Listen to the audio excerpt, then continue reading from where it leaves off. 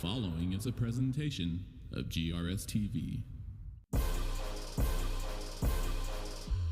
We set the bar high. On top, cause we so fly. Name in the bright lights. Looking like a star shot. We set the bar high. On top, cause we so fly. Name in the bright lights. Looking like a star shot.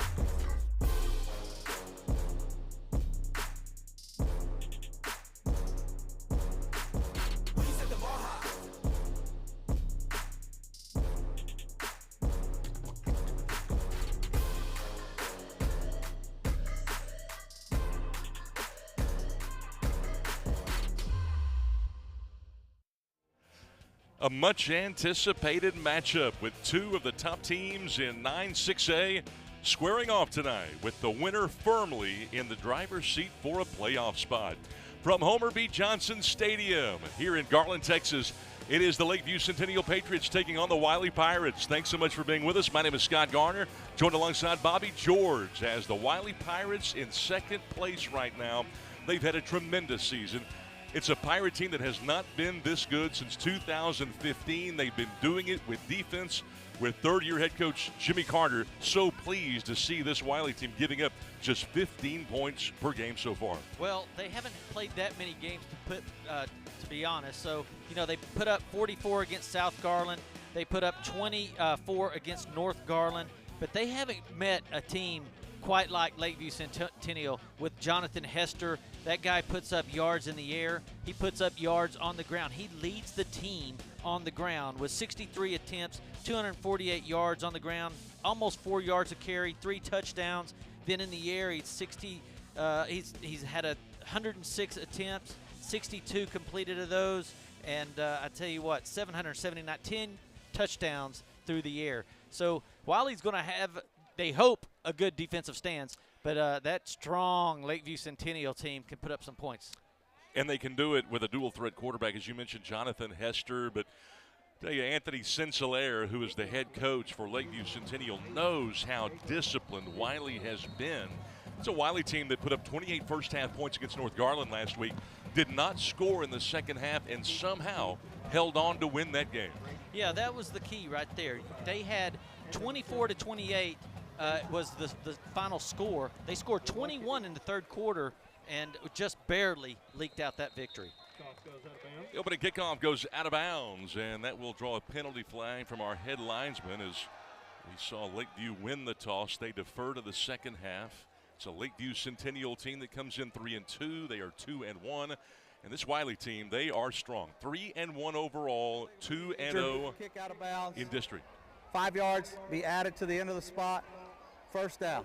So Wylie will start from their own 30, but they're in second place right now, tied with Wylie East. Both Wylie schools very strong right now in 9-6A, right behind Garland, who's a perfect 3-0 in district competition. Lakeview had to play Garland, and they lost 21-35, and that would be their only loss of the season. First play of the game, Jagger Bale going to go deep up the seam, and it looks like the wide receiver, the tight end, Dane Farley getting caught up there, the feet getting caught up with Jeremiah Moore, the sophomore safety, and that draws an immediate penalty flag. Yeah, it looks like they went for the home run right off the bat, and the safety got During caught a little off guard. Pass interference, defense, number 21. 15 yards, automatic, first down. So pass interference right off the bat against Lakeview. They just went for the home run right there, right off the bat. Probably a smart play by, grabbing him and pulling him back so that wasn't a touchdown early. It's interesting, Anthony Sincelaire trying to convince Jeremiah Moore, the sophomore, that not every play has to be the home run ball. But I don't think that really was his fault. They're going to go with a read option on this first down and 10 play with really good field position here. And Corey Gray ends up tackling the running back here, Lane Chapman. Pick up a 5 yards, 2nd and 5 for the Pirates. On the 50. Lane Chapman, he's the senior running back there, and they mainly give it to him basically almost every play. He's had 81 attempts. Only 4.3 yards an attempt, 348 on the year, 5 touchdowns. Nico Lawrence was actually the #1 running back until he broke his foot. Now here comes Chapman trying to bounce it outside, but Lakeview Centennial has speed. They get to the point of attack, and they have forced a 3rd and short with Gray making his 2nd stop in a row. Jason Romero along with Trey Wilson. Well, yeah, it's going to be hard to run to that side, I would think, with Trey Wilson, the big guy over there, and Romero, the outside linebacker. They're stout on that right side. First 3rd down conversion attempt of the game. And again, this is a Wylie team that averages about 256 a game. That's 75 yards fewer than Lakeview Centennial. We'll see what they do with a short passing game, and the flats wide open as Hayden Stewart runs the quick out and will move the sticks. Hayden Stewart. Defending on the play. Just a nice little play. Comes from the tight end spot, does a little out pattern. Just no one over there to get him. Hayden Stewart, a guy that played varsity last year, was a holder, and he's become a really good route runner. And for whatever reason, they were playing the off coverage there on 3rd down and short, and just a little easy pitch and catch. And so the Wylie Pirates, who put up 28 last week, with a problem here on the snap, and we see Bale have to dive just to secure the ball. Well, you've seen a lot of times when the ball gets loose like that, it'll just bounce right off the turf, right back into their hands. But look at this one. This one, when it hits the ground, it has a little spin on it, a little something, and it wasn't an easy grab right there. Bale showing some athleticism. 5'9" sophomore quarterback. 47 of 78 this year, 472 yards. 2nd and 25 after that loss of close to 15 on that play. Standard 4-down lineman look. They're going to go with a screen pass here to Lewis, and Lewis can't handle it. That's their main receiver. He's the one that's caught the most passes this year for the Pirates, but just wasn't able to hold on to that one. Probably decided to take off running. He had a little room there, and sometimes that'll happen. See what Jimmy Carter does here. What will they dial up on 3rd and 25? Going to be very difficult to move the sticks. Maybe they try to get a little better field position, perhaps, to punt this thing away. We'll see. 3rd down and 25. Opening possession of the game. 2 of the top 4 teams in the district squaring off tonight. Bale sifting, goes to the sideline, and it goes through the hands of his intended target again. This time it's the first target for Sean Carter. You know, I think that was a designed play, though. I believe that it looked like Bale was going to kind of sneak around, get to the line of scrimmage, and hopefully all the defenders come to him, and then he would just be able to flip it out there. But good discipline right there by Lakeview, their corner number 2. Jamar Rhodes, he stays out there, stays on his man, nowhere to go with it. You mentioned a key word, discipline, and that's what Lakeview Centennial was worried about. As we see a returnable kick now for the Patriots across the 30-yard line, and Lakeview Centennial using A.J. Harris's athletic ability to get decent field position on their opening possession offensively. Well, you know, it's kind of a nice night. It was really hot this week, and it's kind of turned out to be a real cool afternoon. Yeah. And it's a beautiful night, good weather for football, and I tell you, it looks like the Pirates really bring a whole lot of people. They must have a big fan support group over there. They're filling the stadium up on that visitor side, and Lakeview always brings a whole lot of people as well. It's just a rowdy night down here for football. Now the dual threat of Jonathan Hester, who throws the football on the first snap of the game, to Jonathan Whittle, who came in with 17 grabs. He's got 18 here, and they pick up 4 quick ones on first down. Well, Whittle's becoming his favorite target. He's had 17 on the year, 205 yards, 4 touchdowns, strong receiver, and he's got a good one on the other side as well. Got to be careful, because if you are Wiley, they can rip off big-time plays. Hester 779 yards through the air, 248 on the ground, over 1,000 yards. This Lakeview Centennial quarterback to start. 2nd down and 4. He's going to do it himself. Has to spin in the backfield. Terrific penetration. Dane Farley got there first, his 19th stop of the year, to force a 3rd and medium. Boy, Hester puts a little move on him right here. Watch this. He comes through there so fast that, whoop, see you later. Oh, yeah. Turn a little nothing into something there. And you saw Farley's finger strength there that he's kind of built up as a wrestler. 3rd down and 7. A screen pass, not a great toss, and the ball is caught looking for a first. He's got Julius Spencer. Spencer's been targeted a bunch the last couple of weeks, and he does it with his legs to pick up the first down after making the catch at the line of scrimmage. Well, you can see it right here. They just come in a little faster than Hester was expecting, and Spencer makes a great catch right there and just splits the defenders just enough for the first down. First attempt for Jack Dustin, and Dane Farley, the aforementioned wrestler, takes him to the turf. Good takedown right there by the defensive end, a loss of 2. Well, Farley's got something to say about this, doesn't he? He's holding down that defensive side really nice. Well, he is fast. That first step, he's so explosive. And so many football coaches now really try to talk their linemen into becoming wrestlers. Well, yeah, why not? You get leverage, you get low. Yes. You get hand strength. 2nd down and 12 now for Hester and company. They'll run a counter here, a quarterback counter with Dustin leading the way. And Wylie does a good job of wrong shouldering this play, and they only get about 4 with Harrison Vicek, a backup backer, having to play for the injured Austin Fabian. I'll tell you, that's what you do. You run to the opposite side of Farley. We've been talking about him way too much. He's been able to really put his hands on Hester too much there, and so they go the other direction. You saw Vicek make that tackle. This is his first varsity start.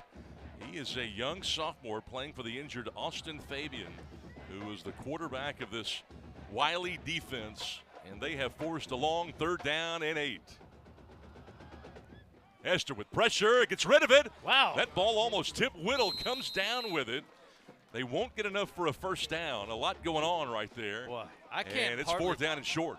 Sorry to interrupt you there. I can't hardly believe Whittle was able to catch that ball because the break for the defender was so good. Man, you got to really concentrate right there to catch that thing. Boy, Brian Washington, as soon as that ball was caught, he was right on him. And huge pressure up the middle on the quarterback, Hester. Well, the defenses have come out and set the tone in this ball game early. Midway through this first quarter, Wylie to get it back for the 2nd time. Roll gets this thing away. Wobbly kick. Oh, Takes a sideways bounce and goes out of bounds. Goes out of bounds inside the 25-yard line. 29-yard kick, but Wylie almost 80 yards away. yeah, I think you'll take that on a punt, in high school football, because a lot of times you punt it and you punt it to their best player, and they just can outrun everybody. There's so much space on a punt when you get it, and they can make a big return or a blocked kick or a bad snap. So they really executed the play very well, and now they've got a long field to go. Jagger Bale comes back out for his 2nd possession. Here's the Wylie quarterback. H-back rocked out of his stance. It's going to be a 5-yard mark-off against Dawson Cleveland. Dead ball, false start. Offense number 85, 5-yard penalty, replay 1. This is already the 3rd penalty we've seen between the two teams. 16 total yards between the two teams here in the early going. And the only loss for Wylie was against a very strong Hebron team. Bale's going to give it here to Chapman, who broke a tackle in the backfield. Another flag flies at the snap on this 1st and 15 play, and they pick up a few before Trey Wilson, the Baylor commit, makes his first stop. Yeah, in the open you were talking about the Wylie defense. I tell you, it looks like the Patriots have something to prove out there themselves. They've got a stacked lineup, some big guys, athletic, long, and super strong. Sides, defense, number 8. 5-yard penalty from the previous spot. Replay the down. Patriots give that 5 yards back. You're right. Lakeview Centennial, again, making it to the postseason and picking up their first postseason win in almost 20 years a few years back. And Anthony Sinclair. Scoreboard operator. It is 1st down. Anthony Sinclair in just his 2nd year, trying to keep this thing rolling. He was an assistant coach for a few years, has now taken it over as the head coach. Stretch play going to Chapman, and not much room this time. The Lakeview front is one of the better ones in the district. Xavier Wright, the other defensive end, makes the tackle here. Xavier Wright is a big dude as well. You got Wright on one side, Wilson on the other, and I tell you, they just really hold it out. It's hard to get outside these teams, and they've got some real good speed on the outside with their linebackers, and boy, it forces teams to run up the middle on you. Well, they're going the full house backfield, a reverse out here for Bale. Bale throwing it back to the near side, overshooting his man. That was the H-back that time, forward, and it'll be 3rd down and long. It's probably the best option he had right there was to go ahead and throw that one out of bounds. It looked like there was nothing happening on his left side, which is the side they rolled it to. That was his bailout play to go back to the right side, and it was covered as well. Lakeview's having a great stand here on defense. Remember, this Wylie team averaged about 30 points per game back in the mid-teens, and here they are 7 years later with their best team in about 7 years. But they've been doing it with defense, averaging close to 27 points per game, but giving up 15. And they'll roll the pocket here and find Chris Lewis for the first time. And on 3rd down and 9, they pick up 12 to move the sticks. Well, that was a really beautiful throw, and Lewis just he comes in motion, and then he runs straight up the field and then breaks out smooth. The ball was thrown on time, on target, hard to cover that one up. All right, Chris Lewis, a guy that's been targeted a couple of times, and believe it or not, this is the first year he's ever played football. You got to be kidding. First year to ever play football. Was he playing basketball? He was an athlete, leading receiver coming in. They'll go counter here to their main back, Lane Chapman, who rips off his best run of the game so far, close to 7 as a flag comes in late. Jeremiah Moore, who has had a really good year, making his 22nd stop, gets credit for the tackle. We'll check on the penalty flag. But, yeah, first year to play football.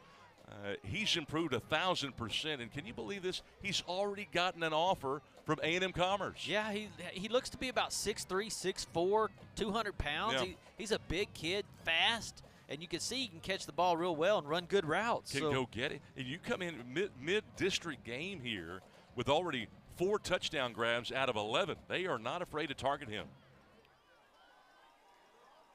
Anthony Saint-Hilaire going to get an explanation from our elite official, Braylon Morrison.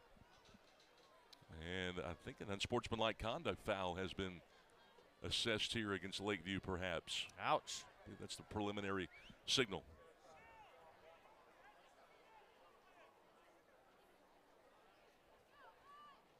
Really like Lane Chapman, though, running back. During the play, unsportsmanlike conduct, defense, number 24, participating without a helmet. 15 yards added to the 1st down. That's one of those penalties they give you, but it's so hard to just stop. As you're in motion, your helmet comes off. It's hard to just say, okay, well, I'm out of the play. See, it's like, what do you do right there? It is, and again, it's a penalty. You can't really fault them. Yeah, your momentum and movement is taking you with the play, so it's a tough one. But regardless, it picks up a 1st down for Wiley. They'll run the same play to the other side, and this time it's Lance Crosby, who doubles as the backup quarterback, taking it for just 1. Crosby had 12 attempts, 56 yards, and a touchdown coming into the game, so he does touch the ball, but boy, it is most of the time Lane Chapman when they hand that ball off. That's Crosby, a guy that's really strong and athletic, running back, averaging almost 5 yards per carry. They've got some guys that can tote the mail, as they say. 4.3 average for Lane Chapman. Crosby 4.8. And again, he's a backup quarterback. They've got some weapons here on the Wiley side. And again, a timeout going to be called with 3:55 to play in this first quarter. Timeout, Wiley. Wiley burns the first of 3 that they have at their disposal. We'll take one with them. We're early in the game. We're scoreless. Wylie and Lakeview Centennial on GRS TV. We are all connected to something bigger than ourselves. Change one thing, change everything. The things we do today have an extraordinary impact on a child's future. A better child, a better world. GISD has a ripple effect on our community. Every lesson can positively affect our future leaders. We are Garland ISD, impacting lives, changing futures. It's what we call the GISD effect.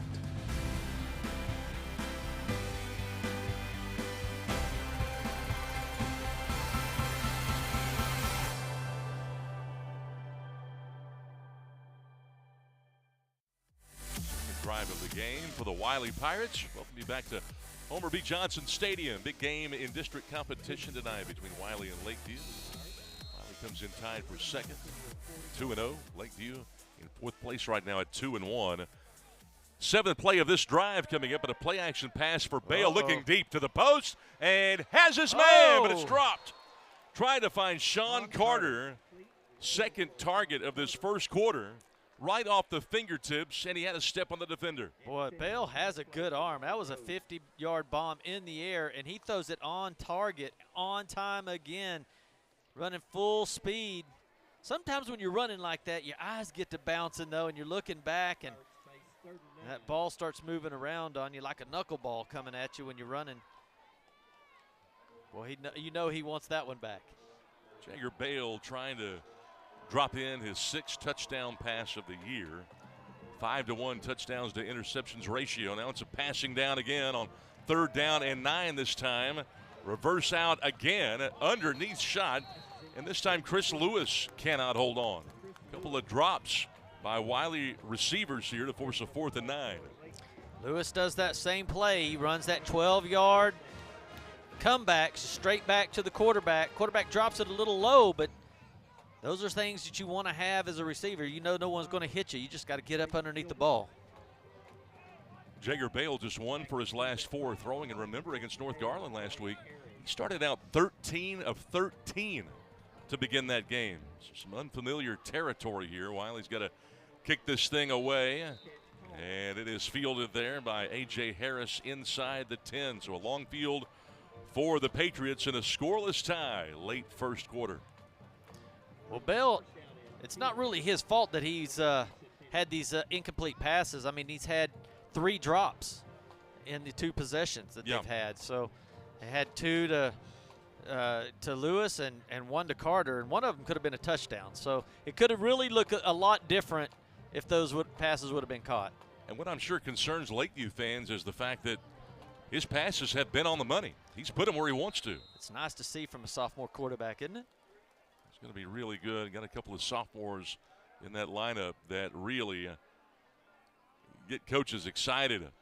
Boy, stop and restart here by Jack Dustin, who they hoped would have a really good game. And as a senior running back, should he do that tonight, he might catch some scouts' eyes. Dustin, a 3-year starter, 170 pounds.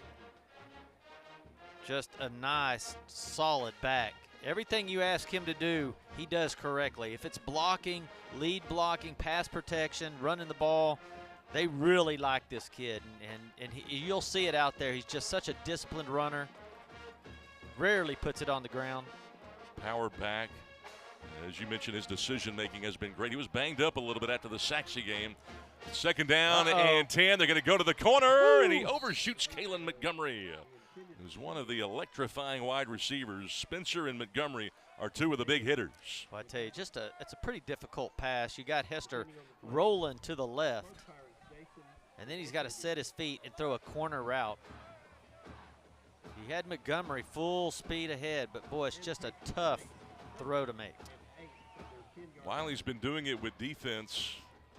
As you see Jonathan Hester trying to get the play in. Crucial down, 3rd down and 8. Scoreless tie, one of the better teams in the district. 2nd place team. You're vying for the playoffs. A win here would be big. This is a big down coming up. You don't want to go 3 and out. They're going to have to call a timeout here. Anthony Saint-Hilaire. Lakeview Centennial. So the first charge timeout of the half. Sprint out of the huddle. He doesn't really like what he sees here. He's a little bit disappointed, either in personnel or alignment. Yeah, they just couldn't get the play in as well, and it's 3rd and 8. So right here down inside, right at the 10-yard line, and if you don't get some of this yard, then you're going to be kicking out of the back of the end zone, and I'm sure he doesn't want that. I think he'd rather get 5-6 yards than no yards on this, but then what do? You really need to go for the 1st down, but I don't know. He's got some decisions to make in that huddle. He does, and Coach Saint-Hilaire knew coming in that they needed to get the offense going. Tempo on offense was going to be crucial against a very good Wylie defense, and they just haven't been able to mount that yet. Yeah, I think you got to get the ball into some of your playmakers' hands, but Wylie knows, that Jonathan Hester is their offense. He runs the ball and he throws the ball. He's had 63 attempts coming in at running and 62 attempts at throwing. So, they can just stack the line and watch Hester and see what they can do with him. Hester empty for the first time, and he's going to step up, throws it underneath. He's got his man. He's got a first down. What a huge play for Lakeview Centennial as they find Jonathan Whittle for the second time in this game. 17 more. So Whittle comes from the left side and runs all the way across the field underneath all the linebackers. And he just finds himself open. And I know Hester right there kind of wanted to run that ball. RPO, and the ball hits the turf. They are lucky to have this football back. Well, there's big number 80 again, making havoc in the backfield. Farley, watch how fast he gets through here.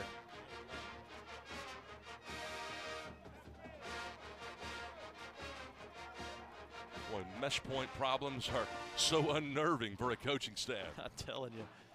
I think they're going to have to put two people on Farley over there on that right side. Lakeview Centennial continues to play behind the sticks. Uh-oh. There it is again. There's your flag. More flags. Prior to the snap, dead ball, false start, offense, number 15. 5-yard penalty, replay second down. Fifth penalty we've seen between the two teams here in the first quarter. Yeah, sometimes you talk about the nervous belly or something. They got to get them out of, that first quarter sometimes. Everybody's nervous and hyped up, and, they basically just have to get it out of them. But, to fairness here, they're sitting right here at the 25, 30-yard line, and the band is playing right in their ear. It's probably hard to hear the snap count. Certainly a factor right now. That Wylie band for years has done this. Hester on the play fake's going to keep it. Has a little bit of a hole and yanked down from behind. It's a really nice play by Christian Resurrection, who led the linebacking corps with 25 tackles coming into the game. You show how fast he is, man. He took off running. He thought he could outrun everybody, but, boy, they have some speed over there at Wylie. At number 25, got there in a hurry, Christian Resurrection. But maybe one other team in the district, the Garland Owls, have that kind of speed to be able to run him down from behind. 3rd and 10, big pressure. Hester slung around, somehow stays on his feet. And he Pat Mahomes this thing into the bench. Well, that was a smart play. How did he get loose for one thing? But once you do it, sometimes you have to live for another play, and that was a smart play by Hester, just getting rid of the ball.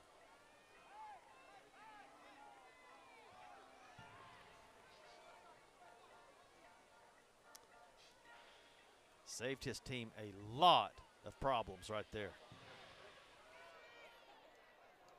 Lakeview will have to punt for the second time tonight.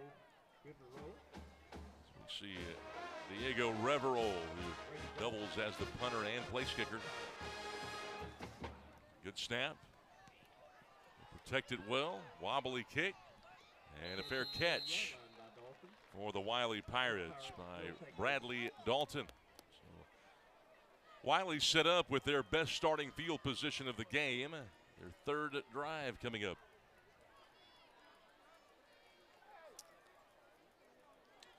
This Wylie team, again, coming into the game with a 3-1 record. They had done a really nice job to start the year. They won against Richardson Pierce 24-7, then ran into a buzzsaw in Hebron. Hebron's always got a lot of talent. 28-13 they lost there, but they respond with a shutout of South Garland 44-0, and they hang on to beat North Garland 28-24. First down, they'll run the counter play. This is Lane Chapman, who is their trusty back, runs up the middle for about 2. With Nico Gaston, the strongest player on defense, making his first stop. Well, that Nico Gaston, last year first team all district.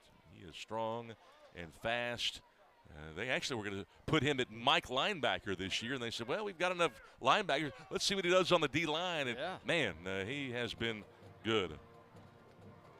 It's maybe the last play of the quarter. Got him. Bale escapes on 2nd and 8. Bale, another move to the sideline and out of bounds, and ends up picking up 16 yards on the scramble. Well, they had him. That's when you got to break down and make a play. Well, they had him. The first quarter. That ends the first quarter of play. A scoreless tie here at Homer B. Johnson Stadium between two teams in position for a postseason berth in 2022. We're back in a moment on GRS TV.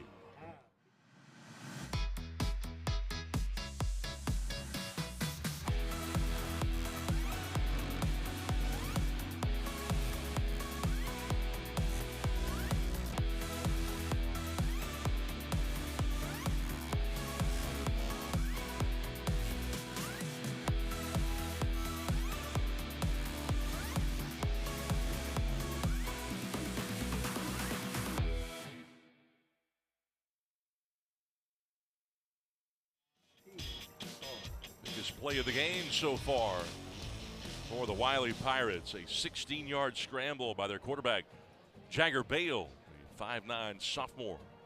Moving the sticks down to the Lakeview Centennial 41-yard line. We come back to Homer B. Johnson Stadium. Second quarter of action coming your way. Scoreless tie, defensive struggle. We knew it would be. Bale on 1st down and 10 to the ground game, and Lane Chapman, who has had a really solid year, a guy that doesn't have breakaway speed, but he is very hard to tackle. Trayson Gilmore makes the play. Well, you got some big offensive line that really spread the defense out right there, and it's just a straight run. Just give it to me and let me get upfield. 6-yard run for Chapman. Bale getting the play here, as this Wylie team has had to punt their first 2 possessions. First quarter littered with penalties, 6 between the 2 teams. 4 wides here, stop route off coverage, and they pick up the first down with Chris Lewis being targeted for the 3rd time in this game. 7 more. Yeah, that's their possession receiver, obviously. When they want a first down, he just runs a little stop route. And Bale, he gets rid of it quick and puts it right on the money. That's a hard one to drop right there. Playing off coverage on the very capable Chris Lewis, who's got some length over there. 1st and 10 now for the Pirates. Pocket holds up. One-on-one coverage again. Looking for Lewis, and a flag comes out. Yeah. That time, Savion Hunter, who's got great speed and has been so good on special teams the last 2 weeks, going to be the culprit, it appears. Yeah, it looks like they were just going to run the straight fade route. Hunter had good coverage. During the play, defensive pass interference, number 41, 15 yards from the previous spot, automatic first down. Lewis has 3 or 4 inches of height on him. The coverage was good. Just got to look back for the ball. Savion giving up some height there. He's just 5'10", 150, but he is fast, 10'4", 100 guy. And the length giving him some problems over there. Yeah, I think Lewis actually is the one that the culprit on the interference there. He grabs him from the back and pulls him into him, and you get the flag. Play action for Bale. The route jumped, almost picked off as Hunter tried to make up for it. Savion Hunter playing defensive back out there. You also see him running the ball a little bit. During the play, ineligible man downfield. Offense, number 75, 5-yard penalty, replay the down. All right, so that incompletion won't count. Another penalty, ineligible man downfield. Somebody covered up down there.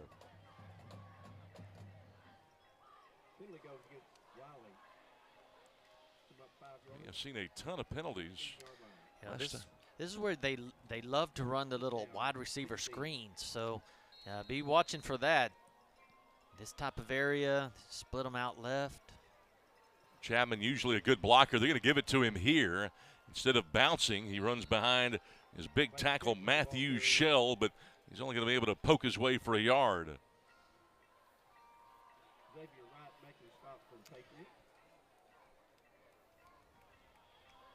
Xavier Wright made that last stop. Wright, a guy that came in with 8 tackles for a loss to lead this team. You mentioned Wilson and Wright. You can always determine if you've got a great defensive front by how many TFLs they have, the tackles for a loss. Those two alone had 13 coming in. Yeah, they can get after the quarterback in a hurry. 2nd and 14. Bale rolling, had nobody to pass to. Just trying to fake out the defense and just threw it into the bench. Jason Romero hot on his trail. Well, that's what you want right there. You want to put some pressure on the quarterback. They haven't had much success running the ball. And their possession receiver right down at the top of your screen. This is where they usually go to him. He's been their possession receiver. Wylie tonight, not a whole lot, 58 yards. It has been tough sledding down there. 3rd down and 14. Fade pattern, incomplete. Trying to go down to the left side to Hayden Stewart, and the flag flies. Yeah, I think they're going to get him for being past the line of scrimmage when the ball was snapped, or jumping, something like that. They throw it right at the receiver as he takes off During the play, illegal formation, offense, 5 men in the backfield at the snap. That penalty's declined, 4th down. That's a big stop right there for Lakeview. I mean, to be able to have a 1st and 10 down inside the 20 and hold the Pirates to just a field goal would be great for Centennial. Braden Gilbert, 3 of 3 this year. He has not missed from 32 yards out. Just a chip shot. And he's got it to put the Pirates on the board and break a scoreless tie. He has not missed yet this year. 9:44 to go. 3-0 in favor of the Pirates here in the 2nd quarter on GRS TV. The Garland ISD Education Foundation provides resources to support and enrich education for all students in the Garland Independent School District. Every dollar donated helps fund innovative teaching and learning initiatives. Choose today to impact a better tomorrow. For more information and to learn how you can give, visit gisdedfoundation.org.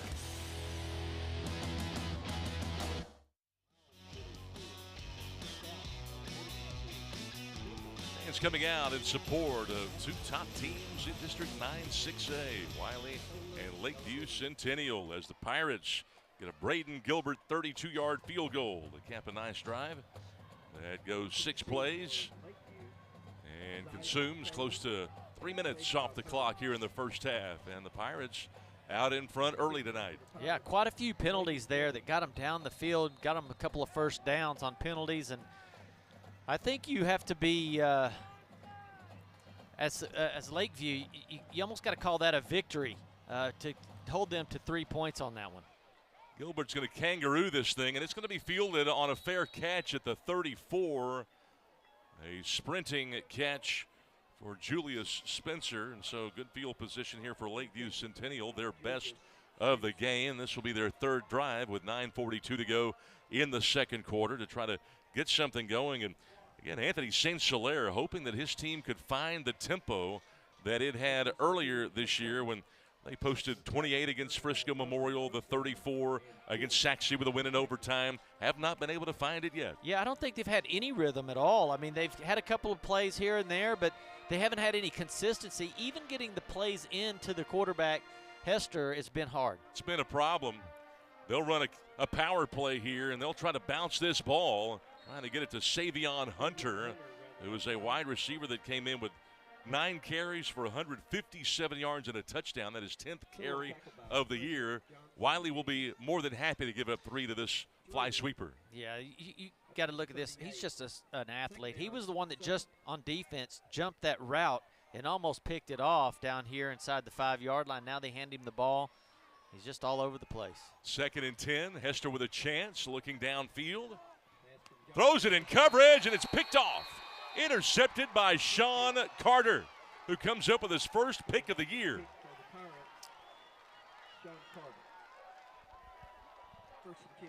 He had a lot of time to sit and think about it. His player was open right there, Montgomery, but then he wanted to wait on it, force something to happen, and a lot of times when you force it, it doesn't turn out your way.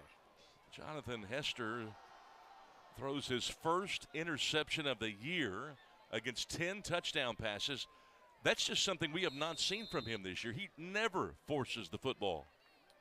Yeah, that's what we were saying. They just haven't got in a rhythm, and they're really putting a lot of pressure on the Patriot defense. They've been out there an awful long time now.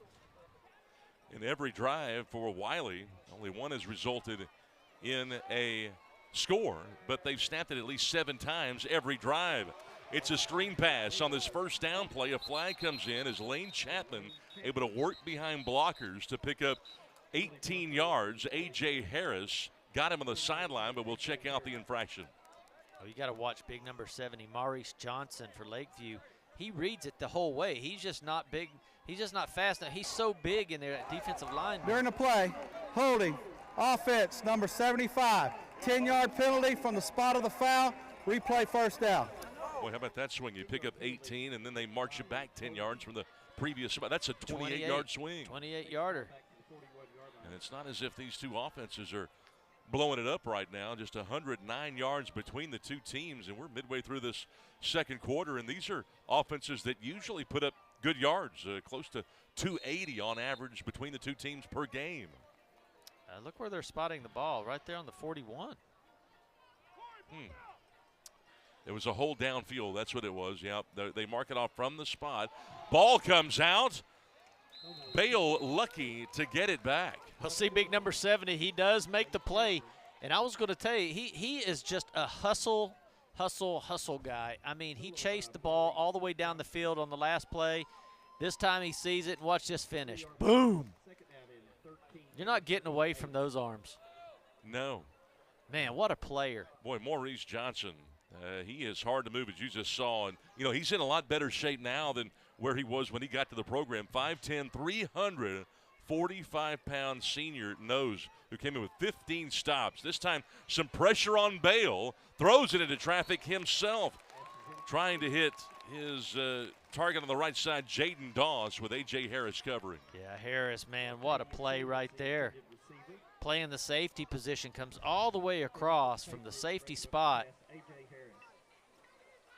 Break in on that ball. Look at that closing speed, go in with that right hand and bat it away. Man, you can't teach it any better. Really can. You know, A.J. Harris so quick. He has made some big stops the last 2 weeks, and he's getting physical, more physical with each passing week. You know who they're going to go here? Chris Lewis, number 4. Where they go every time. 3rd and 13. Bale under pressure, going to heave it in single coverage, and he way overshoots Chris Lewis again, who was covered up in the secondary by Jamar Rhodes, who had 2 interceptions against Saxe this year. Yeah, Lewis went for the post pattern, and he actually had a couple of feet, a couple of steps on him, but the ball went to outside. You see, he has it in the inside coverage right there. He's open.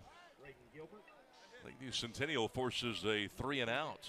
You know, maybe Lakeview needs to double cover him on these 3rd and longs or possession type plays. Snap is bobbled. Look out. Brayton with a chance. Away. And down he goes. They get him at the 25-yard line and lose 14 yards. Trey Wilson got to him. I tell you, that's what Lakeview needs. They needed a spark, and here it comes. Now, as a guy like this, you got to throw that ball away. Instead, you take a huge loss and put the ball right there in Lakeview Centennial inside the 30-yard line on the 25. Well, Trey Wilson with 9 quarterback hurries coming in. What a play. He had 5 TFLs, 25 tackles. And, you know, it's been Wylie that's been making some special teams plays. They've blocked, I do believe, 4 kicks so far. And this time it's Lakeview Centennial that has done a number in special teams here to set themselves up to perhaps take their first lead of the game. They've got a short field from the 25.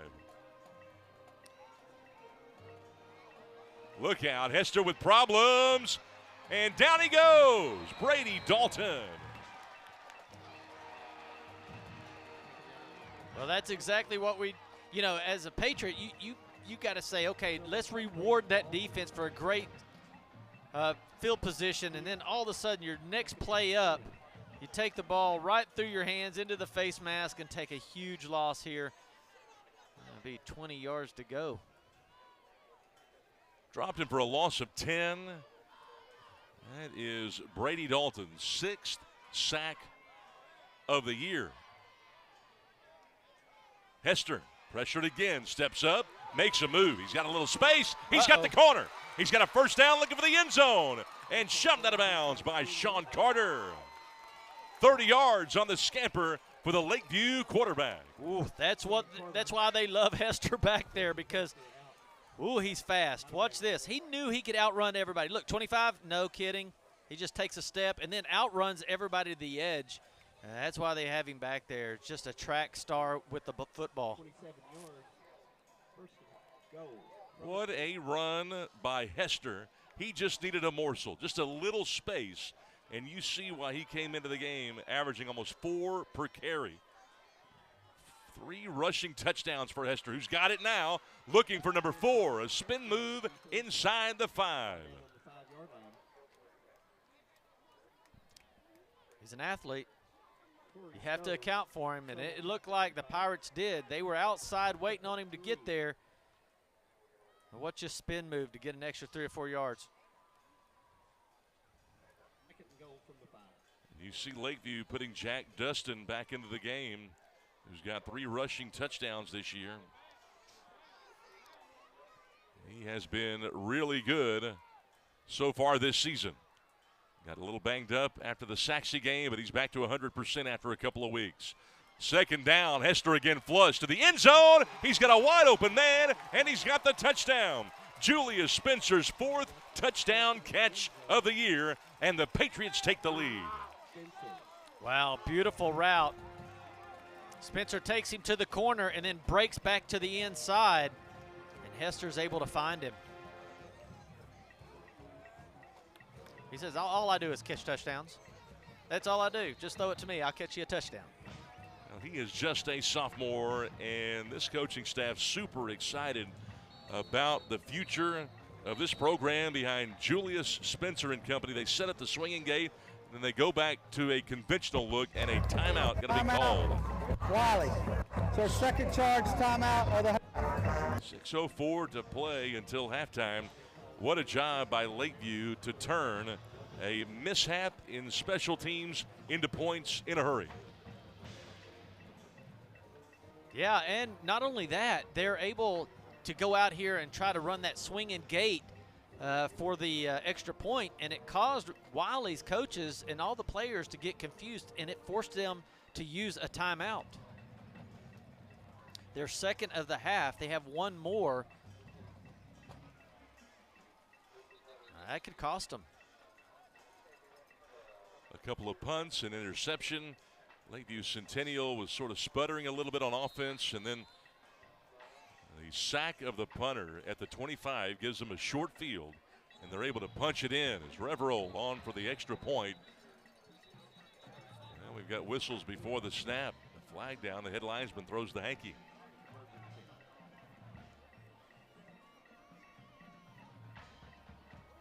Even still, though, the yards not all that big here. Lakeview Centennial just 75 yards of total offense, 53 for Wylie.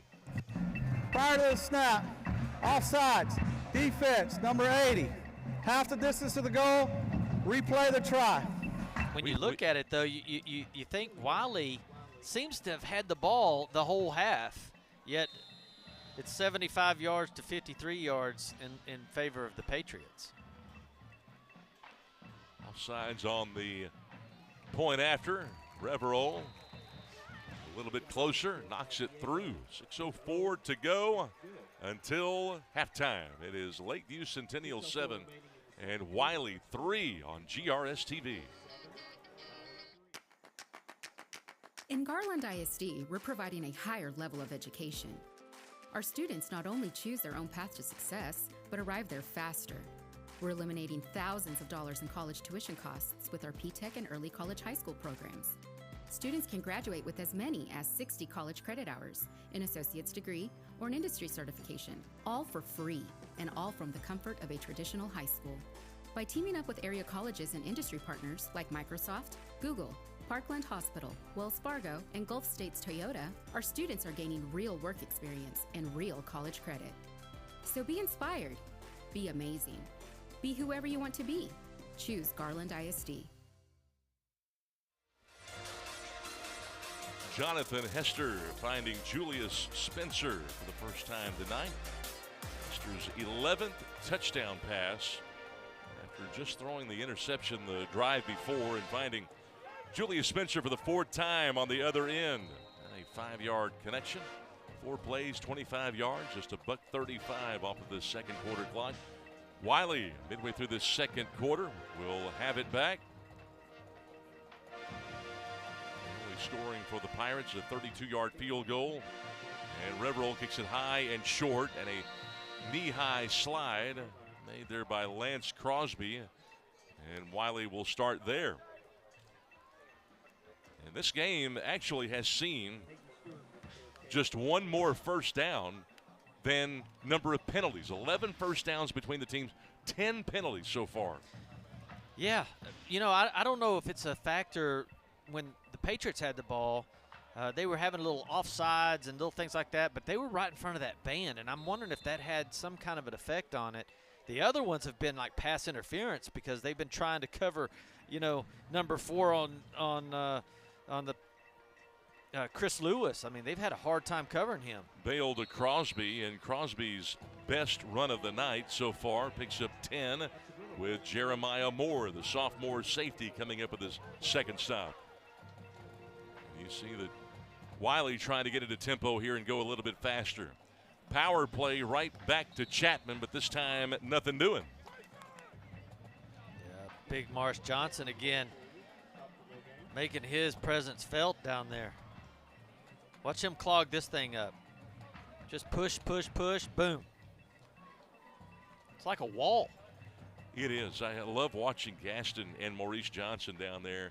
Those two guys can clog it up. Johnson at 345, Nico at 255, and they have gained some weight since last year. Second down and 10, a little misdirection. Ball's on the ground. Nothing doing. Dane Farley. Yeah, they're going to call it an incomplete pass. You've seen that. That's become in vogue throughout college and high school football, that little pitch forward. Yeah, a little shuffle pass here. Confuse everybody. Boy, it just wasn't going anywhere, though. I mean, wow. Well, that's why you do it. You pitch it because if he does miss it, it's not a fumble. And it forces Wylie now into 3rd down and 10 as they roll it left. Big pressure here.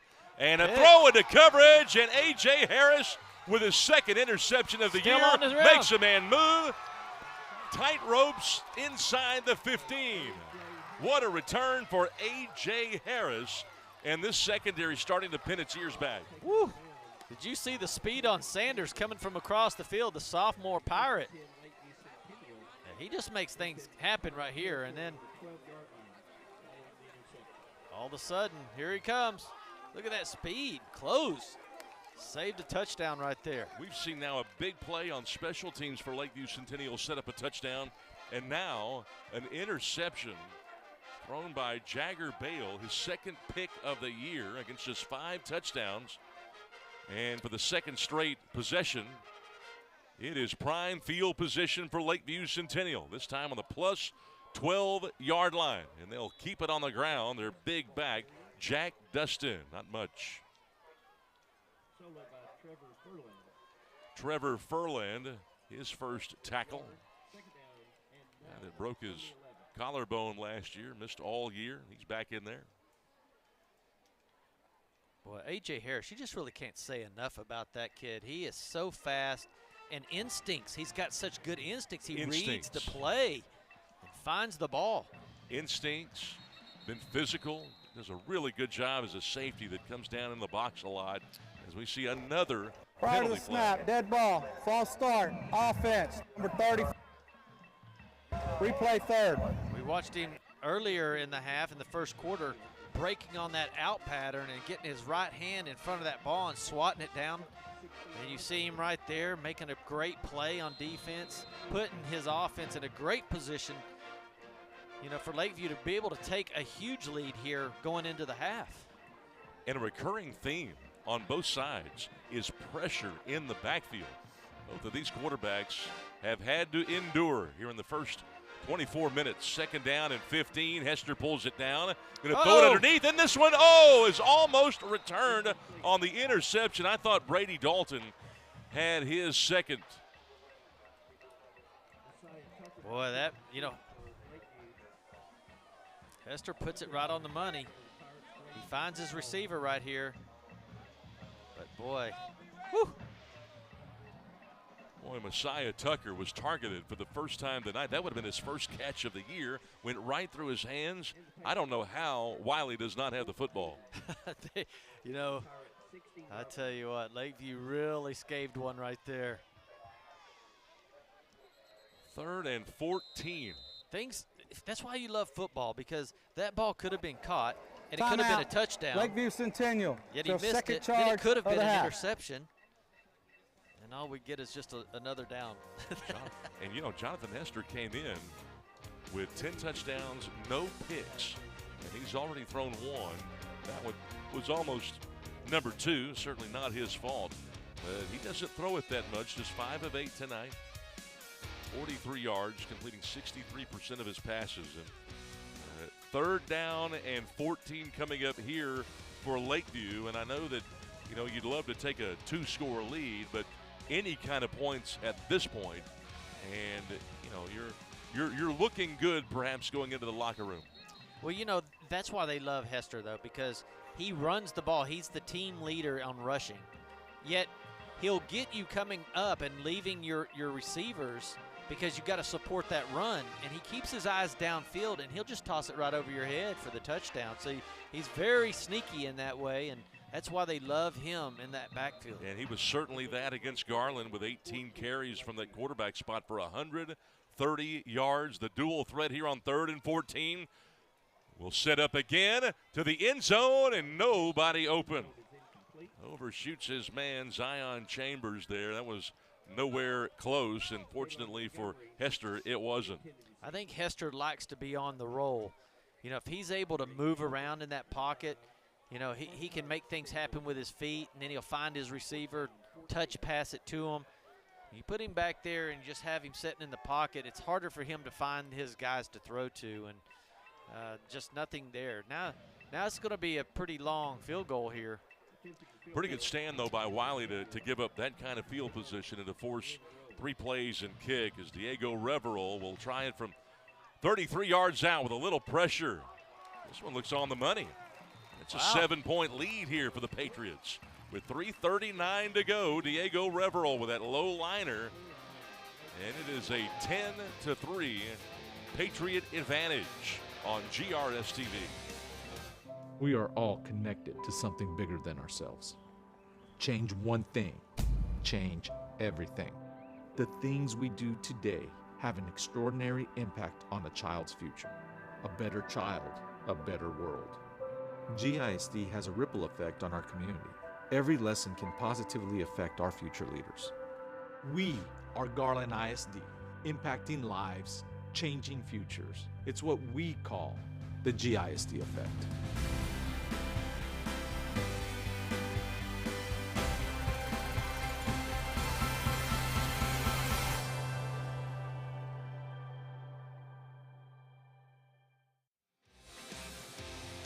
Crowd on hand here at Homer B. Johnson Stadium tonight on a Thursday night. Lakeview Centennial takes advantage of a Wylie turnover. Post 3 points on the 33-yard field goal by Diego Reverol. Increase their lead to 7. And should Lakeview Centennial win this game, they would have moved to 3-1. They came in 4th place in the district. Wylie trying to hold on to an undefeated district record. Reverol, who just boomed it through, will kick it high and short again. And for the second straight kickoff, we'll see a fair catch being signaled for here by Crosby. And it'll be 1st and 10 Wylie with 3:39 to play in this second quarter in a defensive matchup, a spirited matchup. The quarterbacks have been under serious pressure the entire night. We're going to see the Wylie quarterback Jagger Bale come back out, who's just 4 of 14. And we mentioned he hit his first 13 passes last week against a capable North Garland team. They had a 28-12 lead at the break and barely held on to win it by 4. Yeah, they had a big 21-point quarter is basically what happened. And North was able to score in every single quarter. They just weren't able to come back from that 21-point second quarter deficit and end up losing that game. But, you know, I think Wylie had all they wanted. Yes. From North Garland. No doubt. And, you know, God's Power, Nawahi, who is a terrific quarterback for North Garland, had a good game. And Wylie just made a couple of plays late to sort of knock him off kilter, and they were able to win that thing. But they were very concerned, and now a whistle, a flag flies again. Boy, this is you know where this play's fixing to go, too. I mean, the quarterback was looking right at his snap. Dead ball, false start. Offense, number 64. 5 yards, replay 1st down. It's Anthony Ortiz, the center. Yeah, he was looking right for Chris Lewis again. And if they don't change the play, I'm sure they will, but, well, that play was going right at him. It's Chris Lewis, a big kid, and, again, single coverage, and there he is making the catch. He picks up the penalty yardage and then some. Well, he is a nice prospect. You can see why A&M Commerce has already offered him. Yeah, I mean, if you're Lakeview coaches, you got to know that was the play. They sat out there, and then they didn't change their defense. They set the same exact play and defensive play, and so they went at him again. Jamar Rhodes making a nice tackle. Look out. And that ball is almost intercepted by A.J. Harris, who almost had his second pick in as many possessions. Boy, his closing speed and instincts are unbelievable. He sees this. This ball comes out of his hand quick, but look at this break on the ball. And just reaches over there without ever touching the Wylie Pirate defender. I mean, that's impressive. He's so smart, you know. A.J. with a lot of offers, too, at the Division I level. SMU and Louisiana Lafayette. Stephen F. Austin mixed in. But if you don't try to expand the defense and throw it deep occasionally, they're going to jump some routes, and that's what we're seeing. Bale under pressure, and down he goes. Another sack as all 4 guys were in there, including Trey Wilson, who comes up with his 3rd sack of the year. Well, the pressure comes quick. There's a blitz from the outside. Number 18 gets in there. Wilson gets in there. 33 finishes him off. That would be Xavier Wright. Of course, he's the defensive lineman, and he's been a 3-year starter as well. Boy, what a talented player he's been. Wylie was averaging about 7-8 plays per drive early on. The last 2 have been 3 and out, and this time they get the kick away. Kind of a rugby-style, great spiraling kick, and great coverage on A.J. Harris, who grabs the ball, and down he goes. It did not take long. Boy, what a booming punt. That was just absolutely beautiful. 47 yards on that kick. And the hang time, man, it must have been in the air for 4 seconds. Harris just had no time. As soon as he caught that ball, he was buried. Lakeview Centennial with 2:19 to work with here, but they've got 1 timeout. And they've got a 7-point lead against a really good Wylie team who averages 27 a game. Centennial gives up about 20 per contest. And the defense here in this second quarter has almost been insurmountable for the Wylie Pirates. So what are you going to do here? Are you going to try to run the ball, try to use all the clock, go in with a 7-point lead, or are you going to try to throw it down the field and score and take a chance that the clock will stop? These are the decisions that Anthony Saint-Hilaire gets paid the big bucks for, right? That's right. And that's what you have to do. That's what you have to decide, is your defense playing well enough to where you can take a 7-point lead into the break and feel comfortable. 2:19 to go. And do you have an explosive enough offense to get down the field? Yeah, they've had a couple of situations here where Hester's been able to throw into double coverage and just about get picked off. And I'm not sure right now. I think I'm going to run the ball. See the band having to move those shields a moment ago so we can see the play clock. Hester under pressure, steps up and into the grasp and out of the grasp and threw the football away. Yeah, I can't imagine that's not going to be intentional grounding. Yeah, that's got to get to the line of scrimmage for that to not be intentional grounding. But I see no flag on the field.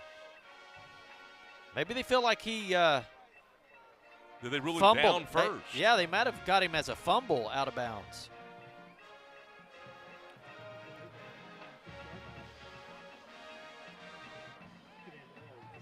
Boy, Yeah, was a he nice definitely tried to throw it. Sure did. Yeah, but I think they got him as a fumble there. I think they're going to credit a sack. Going to credit a sack for big number 55, Cam Draper. Timeout.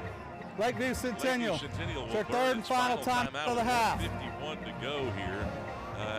I would think just to get personnel and to get their team thinking in accordance with the coaching staff and not being reckless with the football here late in the first half. Yeah, just like that play right there. That's what we were saying. I mean, do you just say, hey, let's run this ball? Hester, you got it in your hands. If you don't see anything, take off running, because that's what they do with him.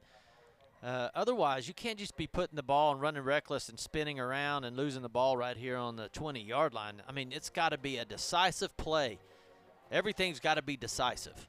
And the good news for Wylie is that they can make Lakeview Centennial punt here if they decide to play conservative and try to run the clock out. They do have one timeout. Well, I think that's what Wylie wants. It's really important that you get some yards here, get yourself set up to, if you have to punt, you put it down on the other end of the field. For Draper, by the way, that was his 5th sack of the year. They had some guys with some sacks coming in. 12 sacks among the starting down linemen. They run that odd front. They've been doing it at Wylie for years. And all 3 of those guys had 4 sacks coming in.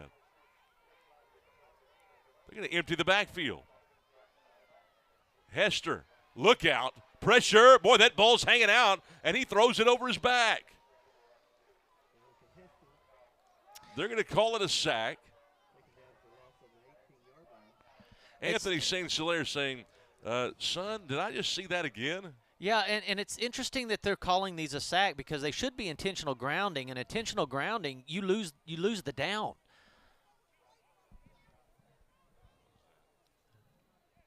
And that's not a sack till it's a sack. He's throwing that away. Brady Dalton, Christian Resurrection, both getting back there. 3rd down now. Clock running at 1:08. And again, Wylie's got a timeout. They'll probably use it after this Jack Dustin run. He gets slowed up at the line of scrimmage, and then Christian Resurrection is able to wrestle him to the turf, failing to get back to the original line of scrimmage. And with 54 seconds to go, shockingly, Wylie allowing the clock to run.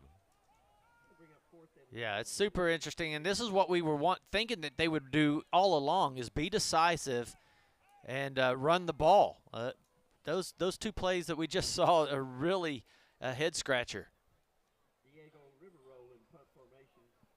Diego Reverol will punt this thing away. Play clock is down to 5. They don't have a timeout. Maybe they'll just let the play clock run out, take the delay. Well, they snapped it, I think, just in time. Well, this may be Reverol's best kick of the year. High spiral, lands at the 35, continues to roll, and they down it. I'm surprised they didn't just let it roll to try to let the clock run out. And Wylie will have at least 1 snap, we believe, with 1 timeout left. Yeah. I don't know what they're going to do with that thing now. I'm not sure why they didn't call the timeout, because that's perplexing to me. You know, I guess they thought, well, if we could save that one for offense, if we throw a big pass down there, we can call a timeout, set up our field goal unit.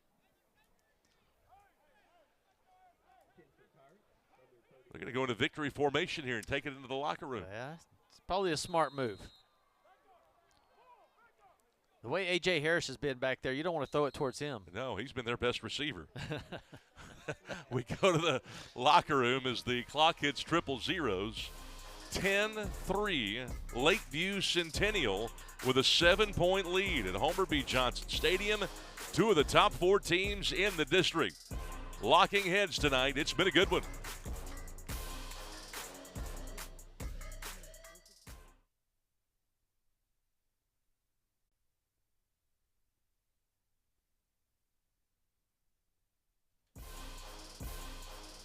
Lakeview Centennial with a 7-point lead at halftime here at Homer B. Johnson Stadium as we get set for the second half of action. District 9 6A play. Exciting first half. Fought with tremendous defense and some exceptional plays on special teams. Take a look at the first half highlights tonight. Big crowd on hand here at Homer B. Johnson Stadium. Both of these two teams come in two of the top 4 spots in the district, hoping to go to the postseason. Wylie came in undefeated at 2-0. Lakeview 2-1. It was Wylie that ended up getting on the board first to start. But these two teams, they were fired up to go. And you see Brandon Gilbert from 32 yards out put the Pirates out in front early. A 3-0 score late first quarter. And then Jonathan Hester seemed to be under pressure all night, but throws across the grain to find Julius Spencer, his 4th touchdown of the year. And then there's the field goal by Diego Reverol to tie us at 3. And then we see Wylie rolling right. And another great defensive play. Again, that was A.J. Harris who had an interception in this game. And it seemed like all night, punters and quarterbacks, Brandon Gilbert running for his life. Ball on the turf there. Jagger Bale rolling out, throwing into coverage, and there's the interception by A.J. Harris. And he almost had another one right there. Well, what a game he's had so far. That defense has just been stout. See Wilson on the pressure right there. Boy, they've just been putting the pressure on the Pirates all night long. Harris has been the defensive player in that backfield that's just made the hugest difference in the game. That was his 6th breakup, by the way, that breakup that you saw to go along with his 2nd interception. Came in with 25 tackles. That's not bad for a safety. Yeah, he's wearing that number 7, which is Diggs' number for the Cowboys, and he's kind of playing like him. He's just jumping in front, breaking on the passes, playing with instincts. Playing with great instincts, brings the energy, plays with an edge. And, you know, if the secondary's not doing its job and he can feel that, you know, they're not playing with the high motor that they usually are, he's the guy to get them going. Well, to start this ball game, Lakeview Centennial ended up winning the toss. They deferred, so they will take the ball here to start this second half. And this is a returnable kick right here. It's Spencer across the 35. And Julius Spencer gives Lakeview Centennial good field position with a 7-point lead. And in that first half, Jonathan Hester, 5 of 10, just 43 yards. He had the touchdown.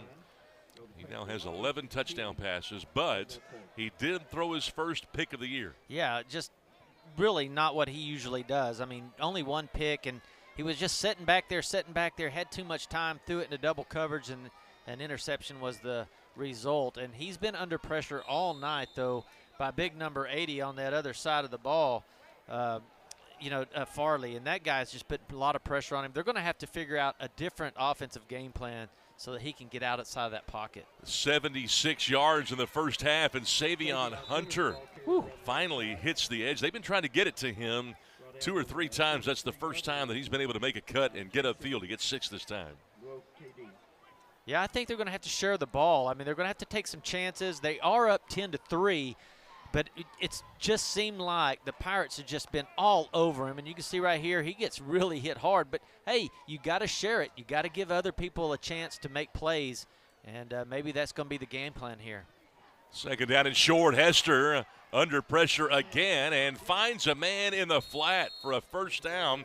Savion Hunter again getting the call here, and they'll move the sticks. Well, maybe that's what they did. They went into the locker room, found the whiteboard, and said, "Where's number 4? Oh, Xavier Hunter, here you are. Let's design some plays to go straight to you." It's paid off. Well, they ruled him down, that his knee was down prior to reaching the markers, so to bring up 3rd down and 1. Lakeview has not been in 3rd down and short very often. Well, this is why you have a big back. 3 first downs at the break for the Patriots. 3rd and 1. Hunter slowed up in the backfield, and they won't get it. What a play down low by Frederick Johnson. Brady Dalton comes over and finishes it off, but he got slowed up initially. Yeah, you wonder why they didn't have Dunston in there, and because he's your big back, a bruiser that can get low and get that 1 yard, but they went with the quicker Xavier Hunter. Well, Diego Reverol will have to come out and punt. Wylie makes its living with defense, permitting just 15 points per game. They've allowed just 3 first downs in the contest, and they are going to get it back down by 1 score. And I, like you, was kind of wondering where Jack Dustin was, but remember, it took him a couple of weeks to get healthy after the Saxy game. Reverol has the kick back up, and Lakeview Centennial will kill it just inside the 35-yard line. So a good start for the Wylie defense as Lakeview Centennial took advantage of some real good special teams play, and then the A.J. Harris interception. They were able to turn a turnover into points to take the lead. I tell you what, Lakeview had 72 total yards that first half. Wylie only had 65. I mean, it was a close battle. 43 yards passing for Lakeview. The rest was on the ground, 29 total. So Wylie has put up some defense, but not as good as Lakeview. Lakeview's held them to 12 rushing yards. Twins, as Chapman, the left halfback with a lead play, will bang forward for 3. Chapman in that first half was really the leading rusher. He had 33 yards on 9 carries, 3.7 per tote. That's under his average. Yeah, but they've ended up losing 15 yards on negative plays. So they've only got 12 total rushing yards in that first half. Lakeview's really been shutting them down. Big number 70 has been a big part of that, Maurice Johnson. 2nd down and 7, option play this time. Again, penetration. Chapman will lose the 3 and then some that he picked up on first down as Trey Wilson, the senior end, comes up with a 2nd tackle for a loss. Yeah, you don't want to run his direction. I think if anything, you're going to go the other direction. But, hey, it just seems like that's tough running there as well. Well, they can't hardly double team him. Yeah, it looked like they tried. He split them. Wilson and Wright, maybe the 2 most threatening defensive ends in the district. They have done a job tonight on Jagger Bale, who on 3rd down and 11 with plenty of time going to heave it deep. Trying to find Lewis, who's got it. Biggest pass play of the night down to the 35-yard line as they get 28 on the connection. That's why you do it. You've got Lewis. He's so big, so fast. You go ahead and throw it up there and let him get a jump ball. 4 against 4 right there, and Lewis comes out on top.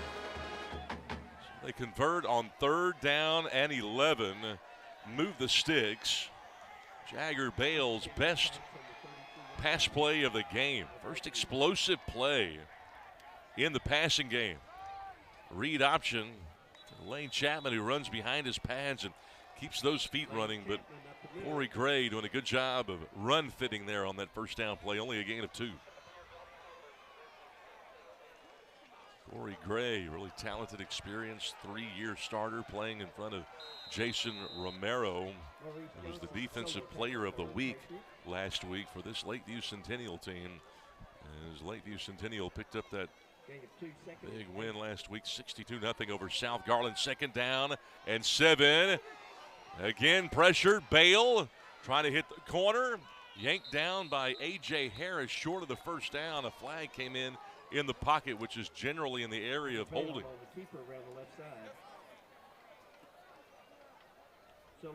Here in the play, holding, offense, number 10, 10-yard penalty from the previous spot. replays. We had 3 games worth of penalties in that first half, 11 of those. And again, just too much, the penetration too much. Yeah, Chapman just has to grab onto him or he would have got him a tackle in the backfield anyway. So, you know, that's why you have that holding play. It would have cost them 10 there. Just a strong, powerful rush. 2nd and 19. They're going to set up a screen pass here, but boy, is it blown up. They tried to hit Chapman there on a little outside screen. Trey Wilson again, pressure. You see Trey Wilson out there. You see Maurice Johnson. Watch him find this right in the middle of your field. See number 70? He sees it. He knows where the ball's going to go. Look at him. He's out there covering a receiver. And, you know, Bale had no choice but to just heave it into the ground there. Yeah, he had Wilson coming at him. I mean, he was going to get the blind side. There was nothing there. It's just fun watching a big old defensive lineman reading the play like that. Lakeview doing what Wiley's defense has done all year, and now protection as Bale goes deep in single coverage, and the brawl is broken up. Sean Carter had a hand on it. Zion Chambers made a play at the end. Chambers' second breakup of the season. Carter had him. He's so fast, but he had to slow up for this pass. The pass was just a little high. And look at that closing speed right here. Watch this right hand in, knock it out.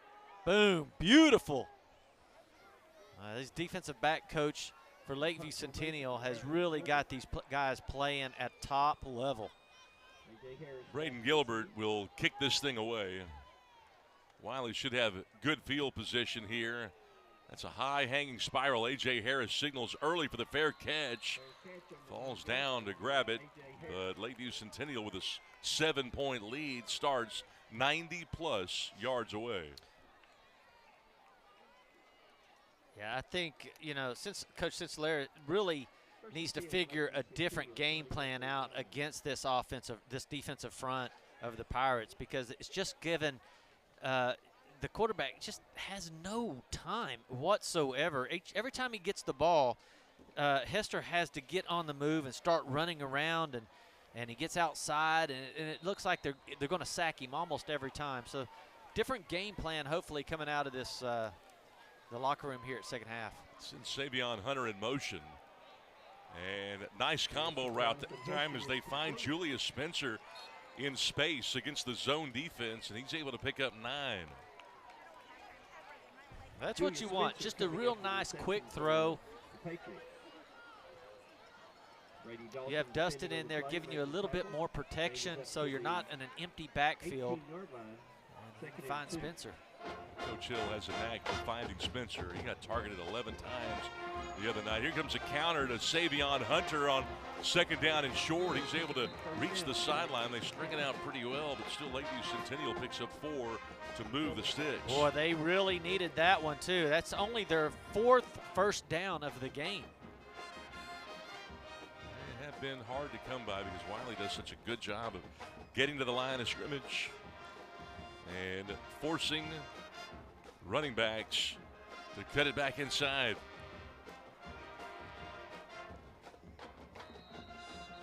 Wiley showing zone here pre-snap, and the play clock was at 12, but the flag comes out anyway. Substitution infraction. Prior to the snap, dead ball, false start, offense, number 52, 5 yards, replay first down. You're pardon a false start that time.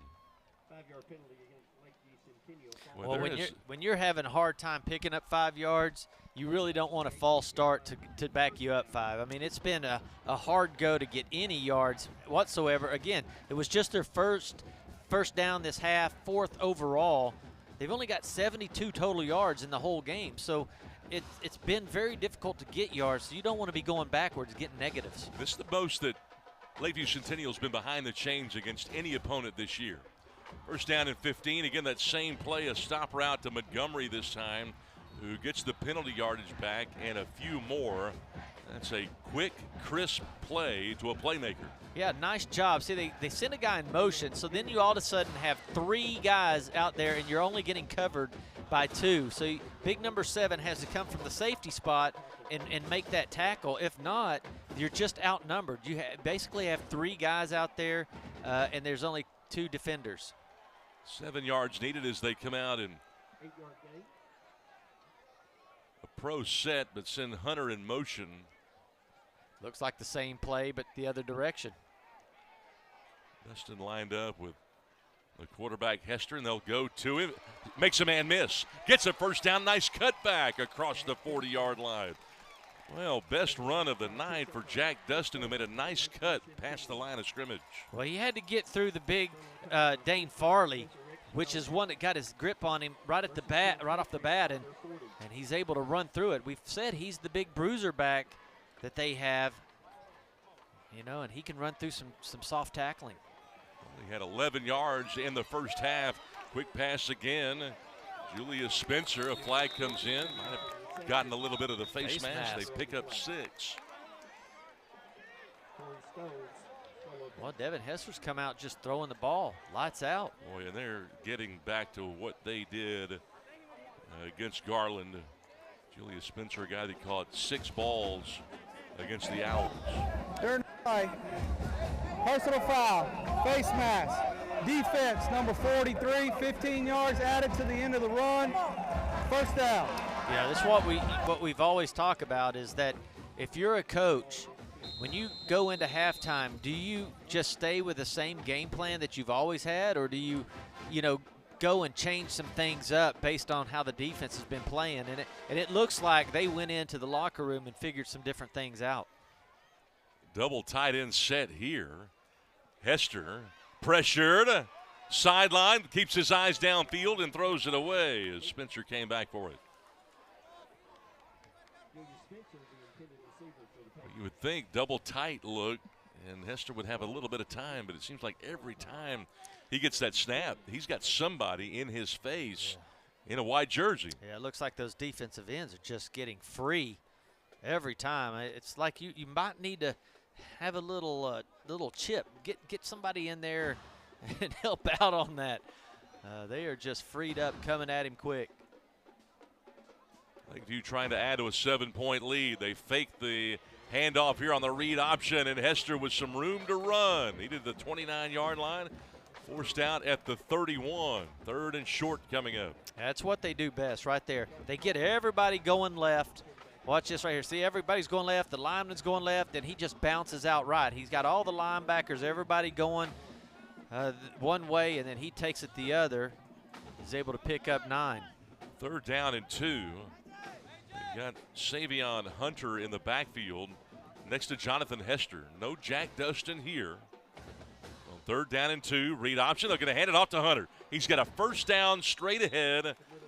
They just lined up and ran it right at him for a pickup of 10. I think that's their best spot, is right up the middle, because you've seen the defensive ends. Those dudes are doing really good. You're having a hard time getting outside. You just blast it right up the middle with your big offensive line and see what happens. And all of a sudden you got another first down here. Hurry up offense. There were only 2 runs of 10 or more yards in the first half, and we've seen 2 of 10 or more on this drive.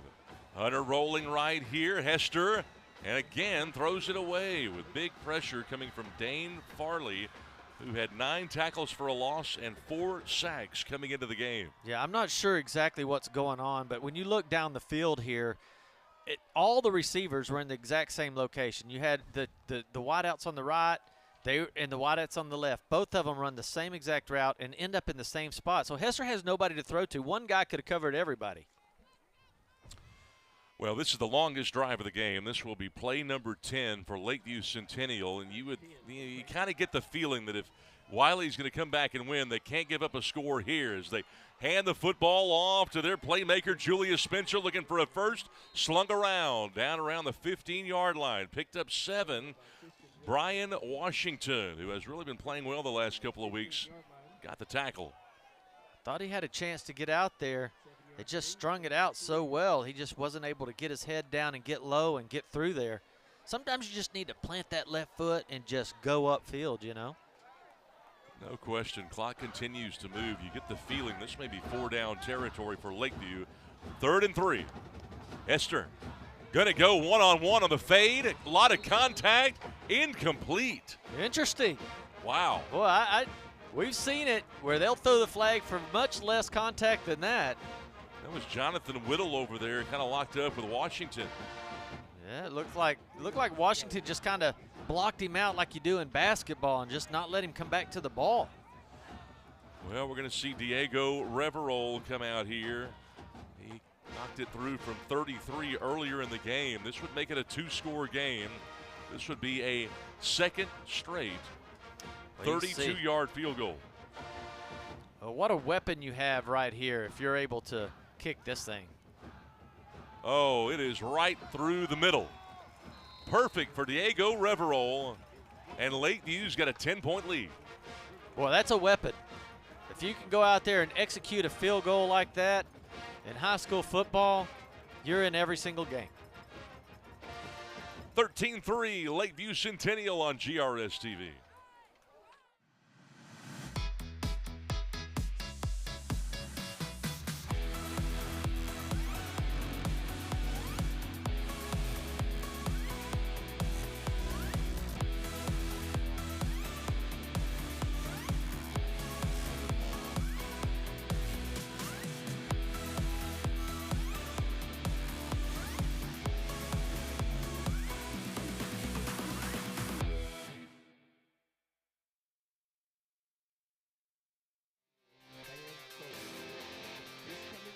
It's the first double-digit lead that we have seen between the two teams, as Lakeview Centennial has now scored 13 unanswered points, 3:27 to go in this third quarter.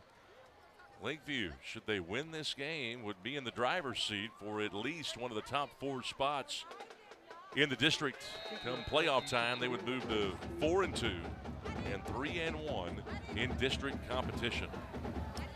Well, you know, when Lakeview came out and beat Saxe, I mean, Saxe has always been a powerhouse in this league. And when you go out in the first game and you beat them hands down 34-28, now you feel like you can beat any team. I mean, every team that comes into your house, you feel like you're going to whoop.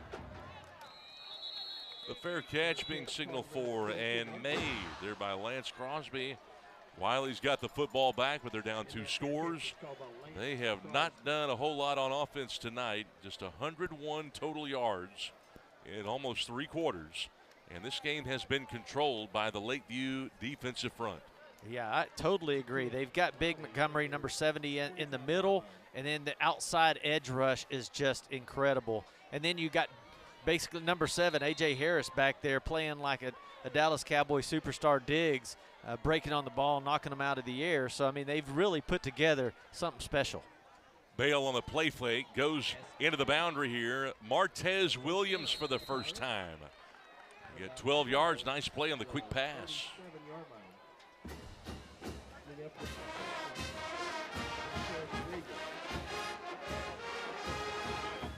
It's just his second catch of the year, in fact. Martez Williams. And they like to go fast. They don't want to allow any opponent to sub on defense. Standard 4-2 nickel shown here by Lakeview. Bale gives it to their big back, Chapman. Lane Chapman runs for a quick 6. Nico Gaston the tackle. Crosby, actually. Crosby's a big guy, too. I mean, that was a just nice run right up the middle. Nothing special. Let's just get out there and battle in a scrum right there at the offensive line. Interesting they go with Crosby there rather than Lane Chapman. 2nd down and 4 for Jagger Bale. Play action. Same play. This time he threw it out of the reach of Martez Williams, who had about 10 yards of cushion over there. That thing came in hot. Yeah, you know, they've kind of found something there because Lewis just runs straight up the field as the decoy, and it takes both the defenders with him. And it just leaves number 82 sitting all by himself over there. If they make a good pass on that, he's got room to run. Well, if Wylie decides to run this football here, one would think that they might go for it on 4th down. Otherwise, we may see Bale try to use his arm. We'll see if Lakeview doesn't dial up some pressure. They've got 5 guys up there. A quick pass this time, and it's over the head of both intended targets. Chris Lewis was being rerouted as soon as that ball was released. Yeah, I think that's the key right there. That defense got up on the line of scrimmage this time and played him man-to-man and chucked him at the line and rerouted him. He was going to do a quick slant, and they didn't allow him to do it. So a nice adjustment by the defensive coordinator for the Patriots. Boy, and Lakeview Centennial's defense continues to gain momentum in the area of toughness. We see those reroutes, and that is big. That sometimes goes undetected, and it's so big. As Gilbert gets away the punt, he's had a good night punting the football. A.J. Harris stopping and starting. Pulled down shy of the 30.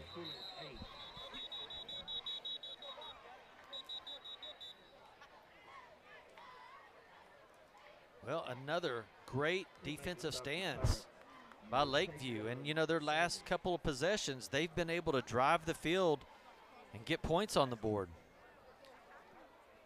It's a common theme right there. You see the men in white gang tackling. During the kick, holding on the return team, number 37.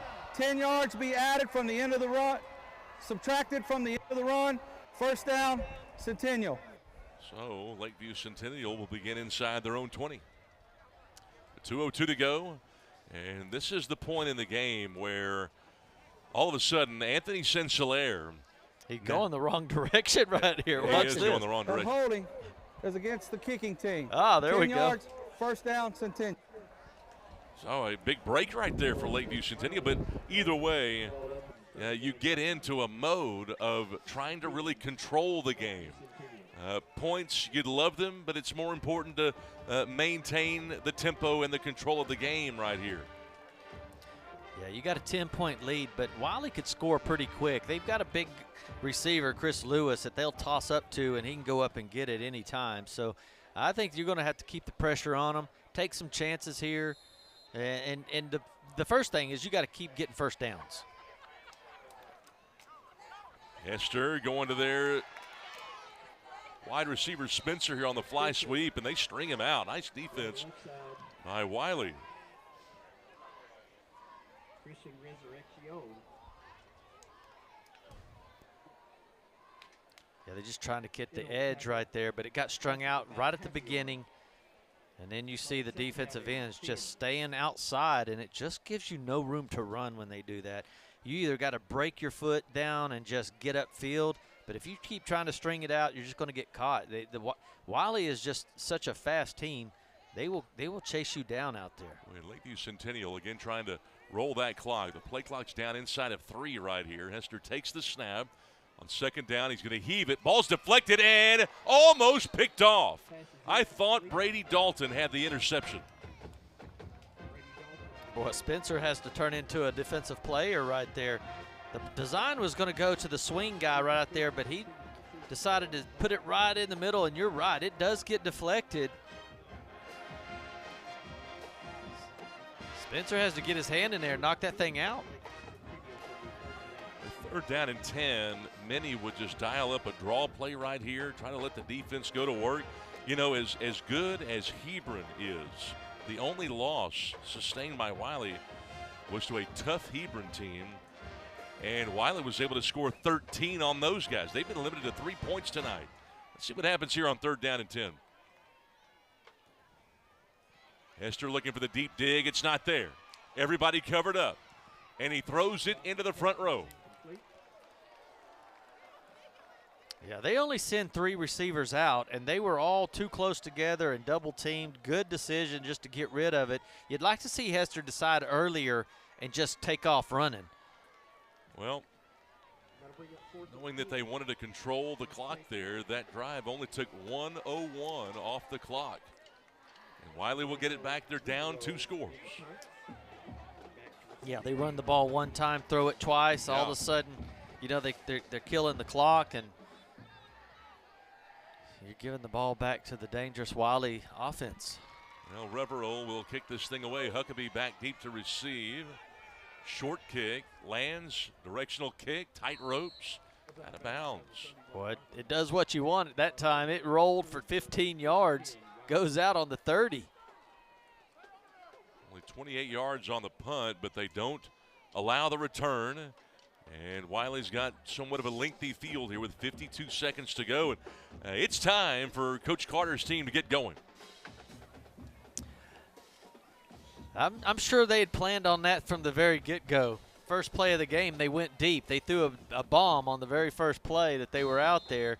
It just didn't work out for them, and it just really hasn't the whole game. I think the Centennial team's just got them dialed up. They know what's happening, and they've got the athletes to go man-to-man on these receivers, and everybody else stops the run. Jagger Bale just 6 of 19 tonight. He's usually around 60% tonight. He's at 31% passing, and they try to keep it on the ground, and Trey Wilson makes another great play at the line of scrimmage. It's like he's a man among young guys. I mean, look at this. Where did he come from? Nobody even put a hand on him. Lane Chapman tonight has 34 yards. Came in with over 350 on 82 totes. That's 4.3 per carry. And tonight he's had half of that production per trot. Second down and 10. They'll try him again. A little bit of a hole. Trying to fight his way out there, but Corey Gray, the linebacker, dropping him. They'll pick up 5 to set up third down and 5. Corey Gray's been all over the place tonight. He's been kind of one of those unsung hero type guys. He's been on quite a bit of the blitzes that's come in and gave support to Trey Wilson and getting in there and forcing him to quarterback to get low. And boy, he's been great. 12 more minutes to go. We go to the fourth. 13-3 Lakeview Centennial over Wylie on GRS TV. In Garland ISD, we're providing a higher level of education. Our students not only choose their own path to success, but arrive there faster. We're eliminating thousands of dollars in college tuition costs with our P-Tech and early college high school programs. Students can graduate with as many as 60 college credit hours, an associate's degree, or an industry certification, all for free, and all from the comfort of a traditional high school. By teaming up with area colleges and industry partners like Microsoft, Google, Parkland Hospital, Wells Fargo, and Gulf States Toyota, our students are gaining real work experience and real college credit. So be inspired, be amazing, be whoever you want to be. Choose Garland ISD. Just 3 points scored in that third quarter between the two teams, and Lakeview Centennial doing it with defense so far. They get a 13-3 lead against the Wylie Pirates. Wylie faced with third down and a little more than 5 to open the fourth quarter. It was 119 total yards for the Pirates tonight. They go to the quick slant as Lewis has it. He loses the football, picked up by Lakeview Centennial, and the Patriots have turned him over again. This time, Jamar Rhodes knocks it out.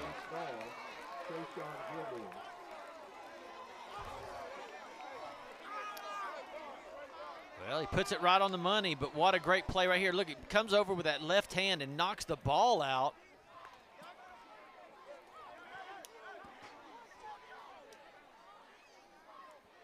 And Gilmore picks it up, and all of a sudden, Lakeview's got it.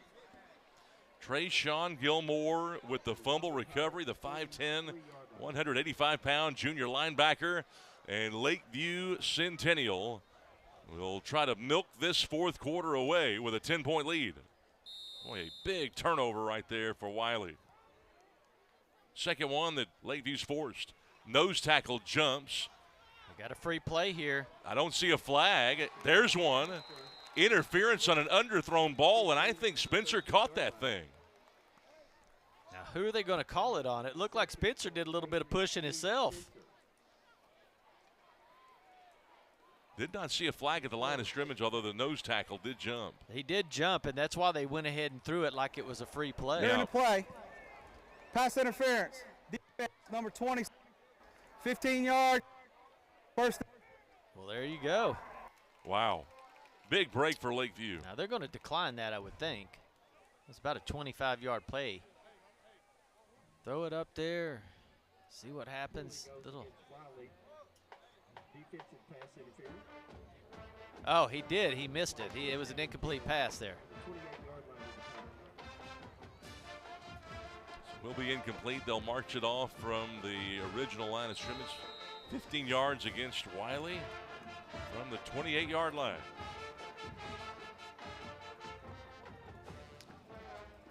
Pumps it. Hester. Down he goes.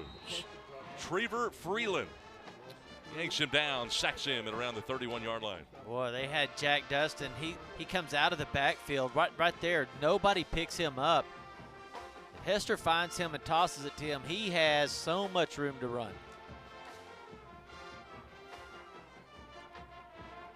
Well, it's second down, but the good news for the Patriots, the clock's moving here. Well, you know, the clock is really against the Pirates right now, and I mean, it's like an extra player. It is. You know, and that but we talked about the Lakeview defensive front and how they have changed the game tonight. This Wylie team with 20 tackles for a loss coming Lakeview in Centennial. from the defensive The line. first charge of the half. Lakeview Centennial calls the timeout. They're good too. They are good. That defensive front for Wylie has really played good tonight, and that shows you there's not been a whole lot of yards offensively or on the ground and in the air for the Patriots. They've really held them. You see Dane Farley there, number 80, right in the middle of the picture.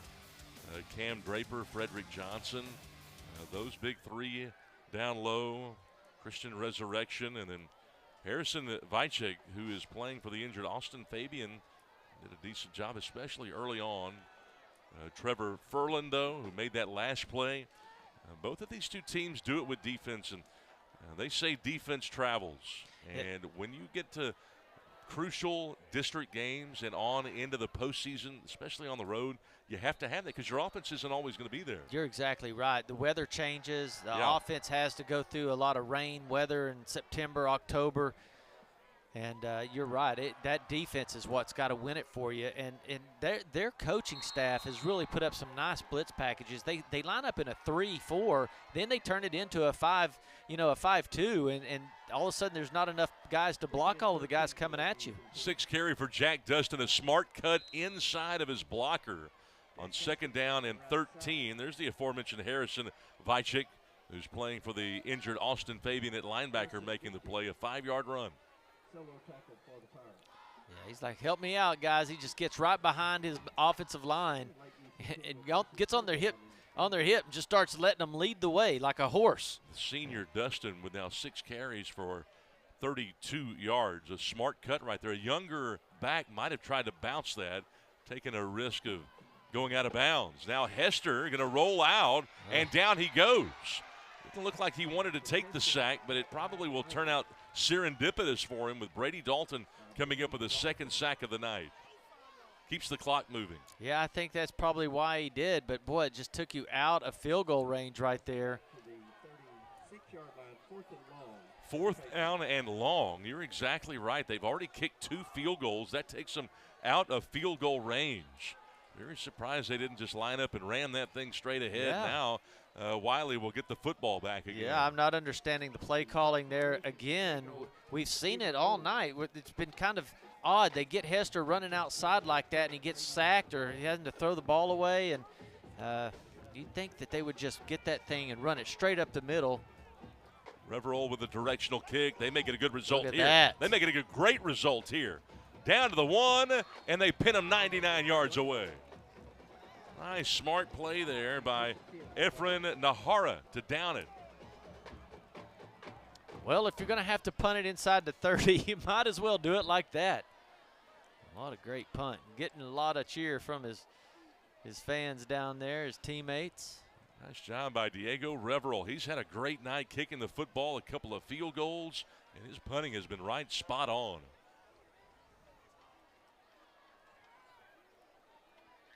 Yeah, you hate to keep talking about these play calling, but boy, that could really cost you at this time of the game. Game, you got to run the ball up the middle, set yourself up for a field goal or something more safe than rolling Hester out. It's just not happened for him all night. Every time he rolls out, it seems like he gets just buried out there. Jagger Bale trying to bail these Pirates out here.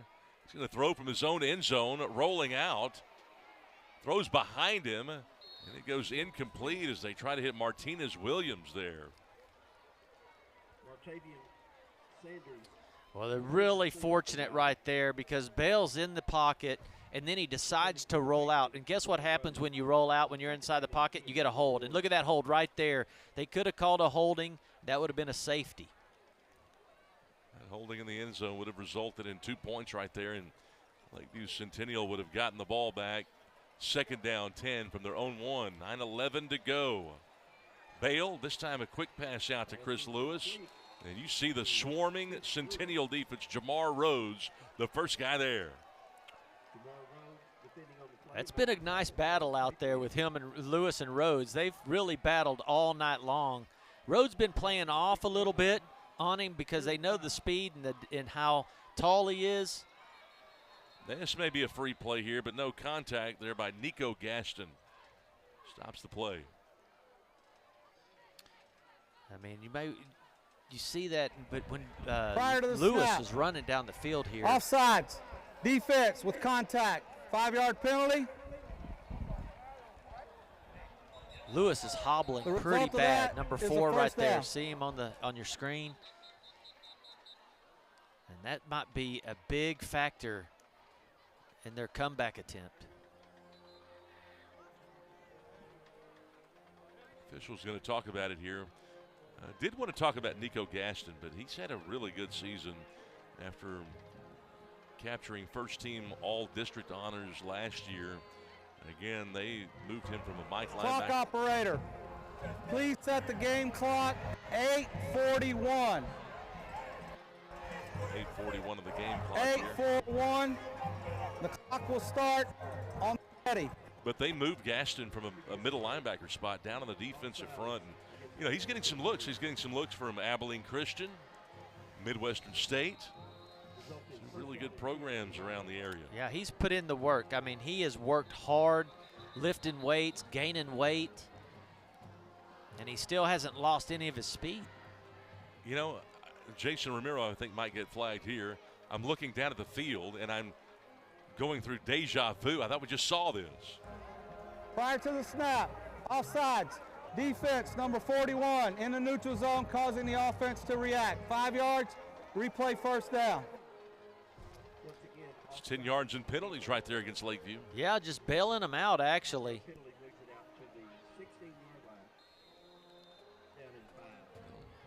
Jagger Bale so far in the game, 7 of 22, just 100 yards passing.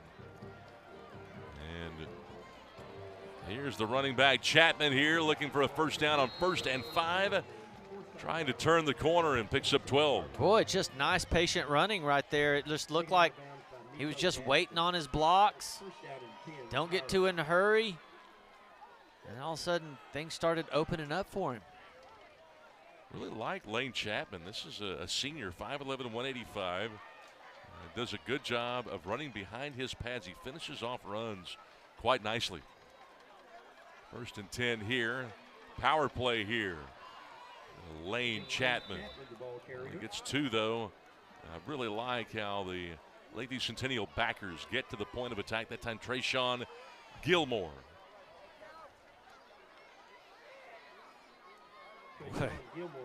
Gilmore does a nice job. He just finds the hole, and he fills it, playing that middle linebacker. 2nd down and 8. RPO, and the quarterback Bale's going to keep. He's got a first down, hits the sideline. They'll keep him inbounds, and they'll move the clock. Picks up 9. He had plenty of time to run out of bounds there. He decides to keep going upfield. They'll stop the clock to move the chains, but once the chains get moved, that clock will start again. That's the old John Wooden effect right here. They're quick, but they're not hurrying here. They're going at a pretty good tempo. Again, this drive began at their own 1. Bale over the middle, double coverage, look out. And they try to get Lewis to go up in traffic, and A.J. Harris will get credit for the breakup. Playing that safety spot over the middle, and you had number 2 as well on the coverage, Jamar Rhodes, and he's following him all the way across the field, and then Harris comes in and helps him out as well. Gets in there and knocks the ball out. And they just kind of throw it up for Lewis to see if he can make a play. Yeah, now he is hobbling a little bit. You saw him run back to the huddle, and he is limping pretty bad. This is a counter play, but boy, they have gotten great penetration again. Xavier Wright drops him for a yard loss.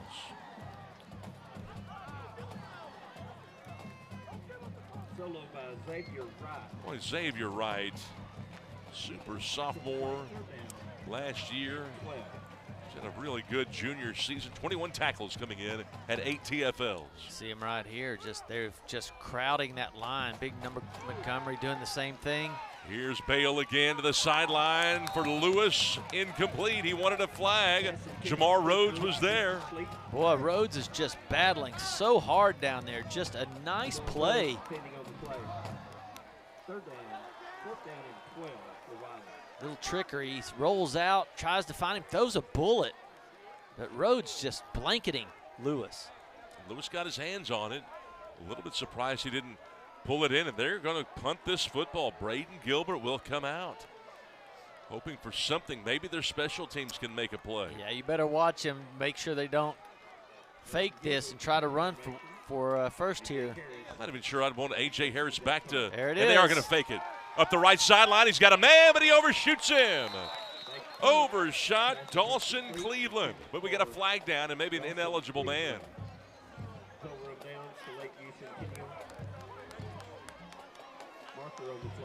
Yeah, they're going to decline it.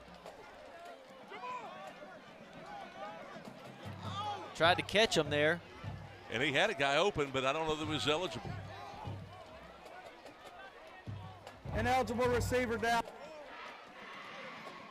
Penalties decline. First down.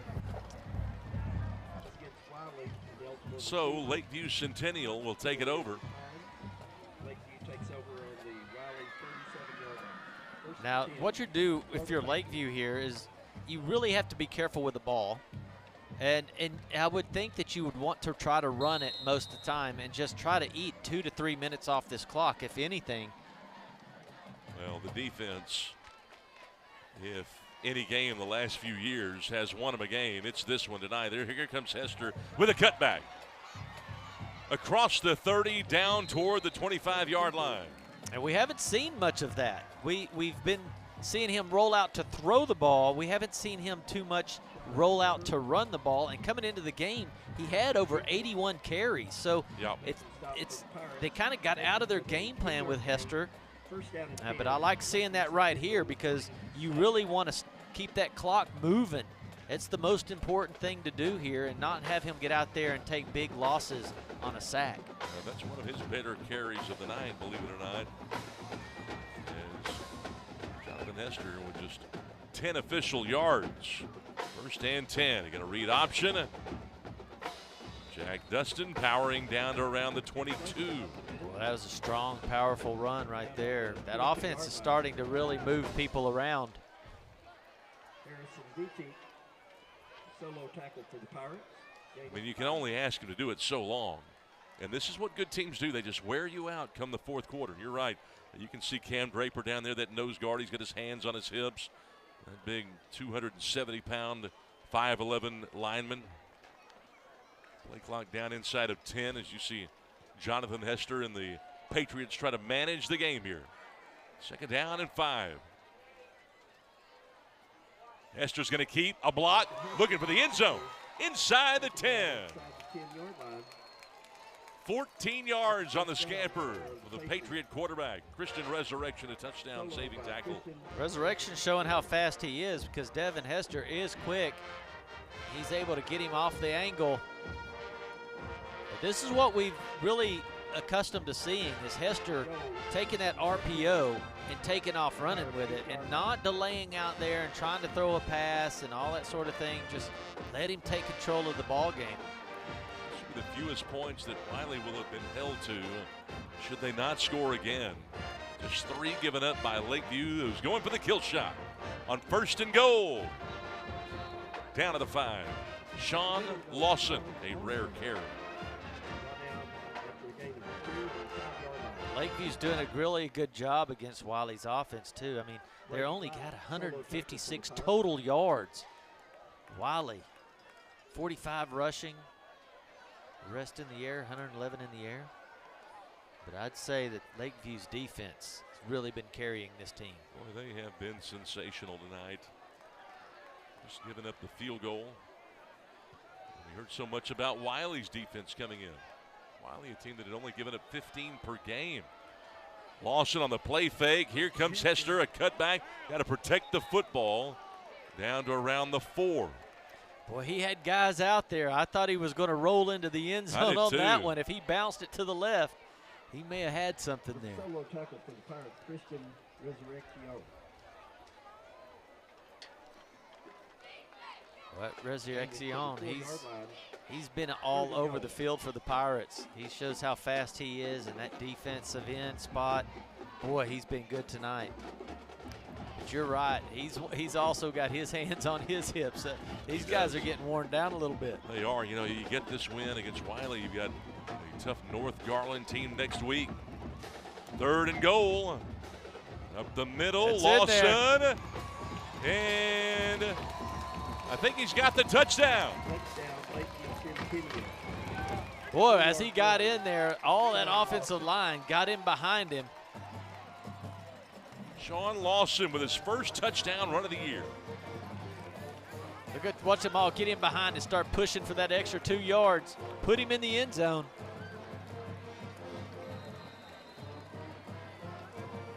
Lakeview Centennial.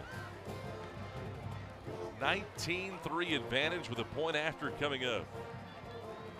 River for the point after. 3:25 to go. What a game. And it's perfect. 20-3 in favor of Lakeview. We're back in a moment on GRS TV.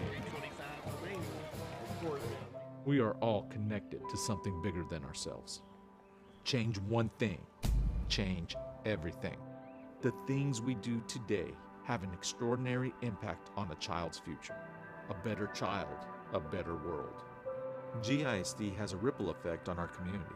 Every lesson can positively affect our future leaders. We are Garland ISD, impacting lives, changing futures. It's what we call the GISD effect.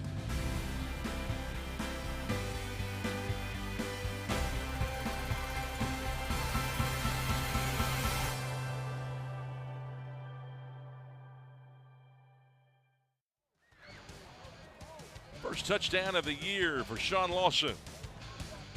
5'8", 208-pound senior for the Lakeview Centennial Patriots. Patriots have a 20-3 advantage.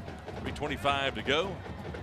Homer B. Johnson Stadium, it has been all Patriots in this ball game. This Patriot defense has done a job tonight. Yeah, I mean, the Pirates average 261 yards per game, and they're down right now 156 total yards. I would say the Patriots have done a really good job defensively. This is high and short, returnable at the 25. It's an athlete, and Jason Wakady into Lakeview Centennial territory. Down the sideline. My goodness. Touchdown.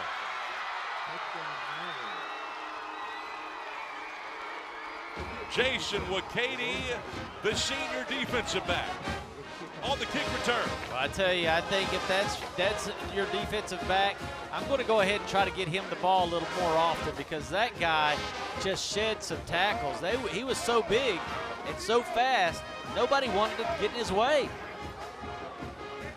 I think he needs to be on the offensive side of the ball. What do you think? When he caught that ball, I thought, boy, this is an athlete. It looked like number 7 for Lakeview, A.J. Harris. Yeah. And he's able to take it up the sideline, made a couple of guys miss, tight rope, 74 yards on the kick return.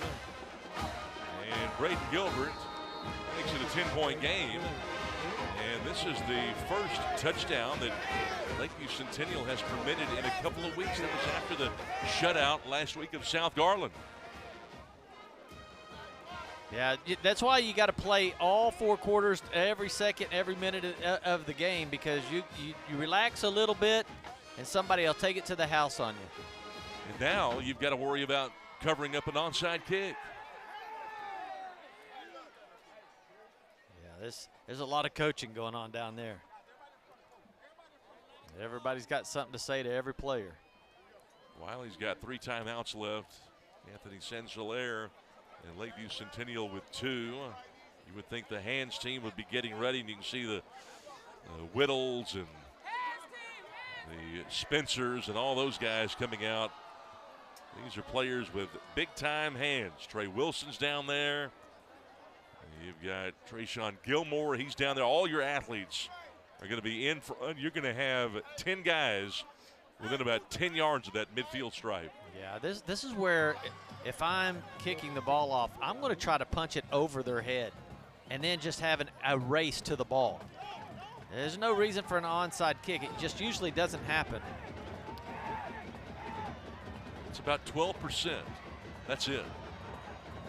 Yeah, I'm just going to kick it in the open spot. You can see that there's nobody from the 40 to the end zone. I'm just punching it over there and just letting everybody try to race to it. Gilbert looking for the high hop. Got it, but it goes out of bounds.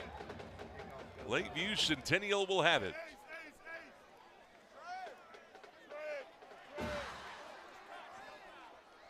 .308 to go.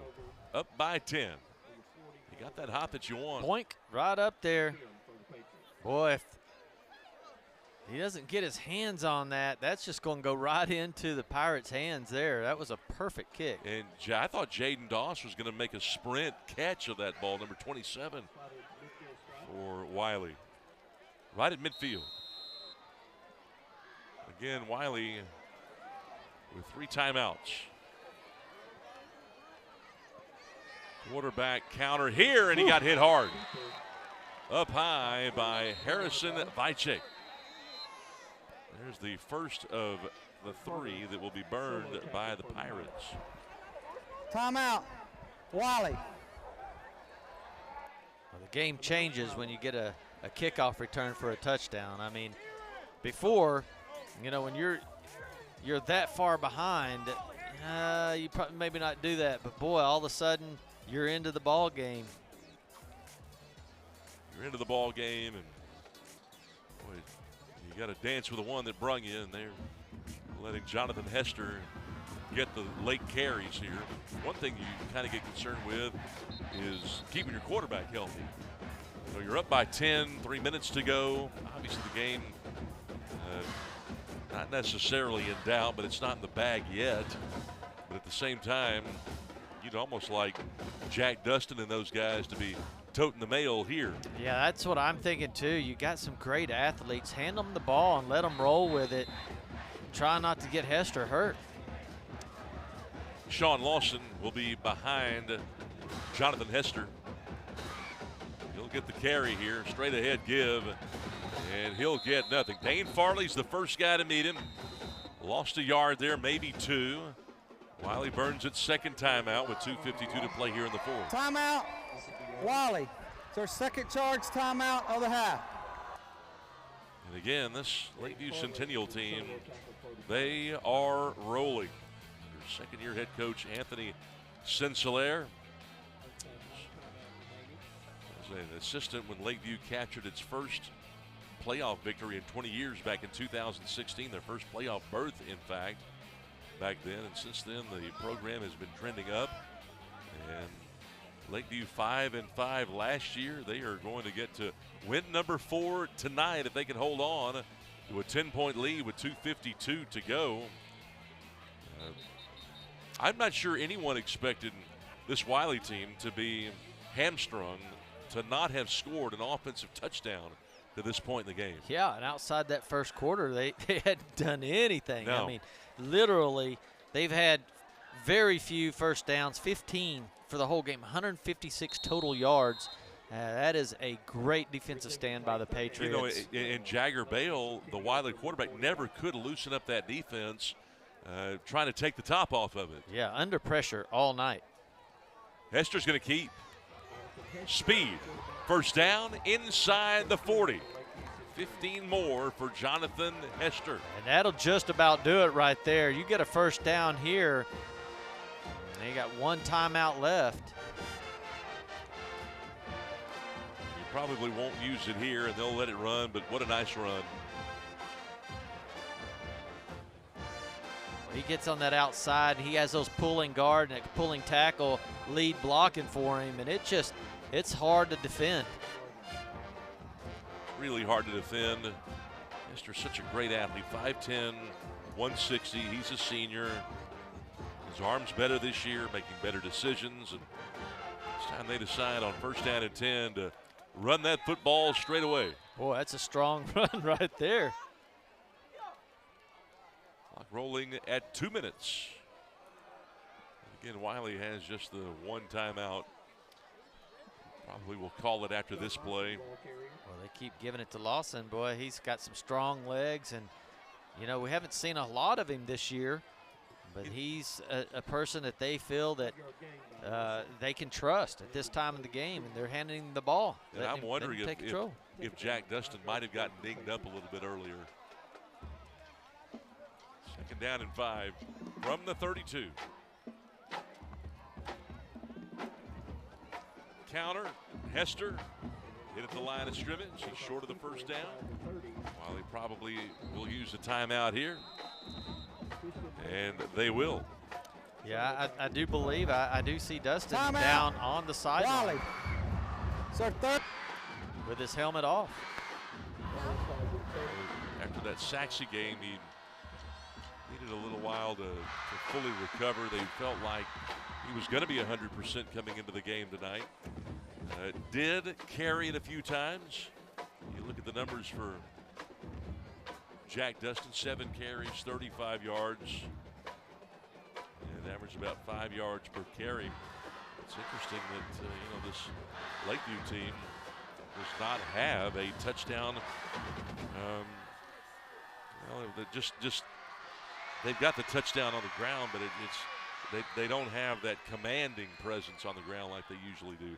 Lawson with the only rushing touchdown on the ground. Resuming play, Lakeview Centennial faces They've third started to down pick up some and yards, 3. though, on the ground. I think they're up to about 120 yards now, and you know, Hester's starting to pick up big chunks as a runner. And he hadn't been averaging but like 2 yards a carry this game. I mean, that Wylie defense is pretty stout. They're only about 40 yards away from their average per game now on the ground, as you mentioned. They had averaged about 169, and they've got around the 120 mark. 3rd down, another flag. Prior to the snap, dead ball, false start, offense, number 60, 5-yard penalty. Well, that's a tough one because that also stops the clock. You had that clock running. 5 yards stepped off It's the 19th flag of the game. Yeah, and this time of the year, you would think you would have all that stuff kind of cleaned up. That can lose the game for you. You know, you get into the big games in the district and playoff games, you're right. You're close, you know, you're only within 1 or 2 points from the lead. You have these penalties. 3rd and 8, lead blocker there for Hester. He gets slowed up, not even close to picking up 1st down yardage. Needed 8 and got 3. Well, that's the difference. That's the penalty yardage that you lost. If you would have picked that 1st down up, and the game would have been basically over. You get a penalty, now you got to get 8 instead of 3. Do roll inside of a minute. And I would bet that Lakeview will run this thing down and maybe call a timeout right before the play clock, or maybe just snap it with 1 second on the clock. We'll see. Play clock's at 8.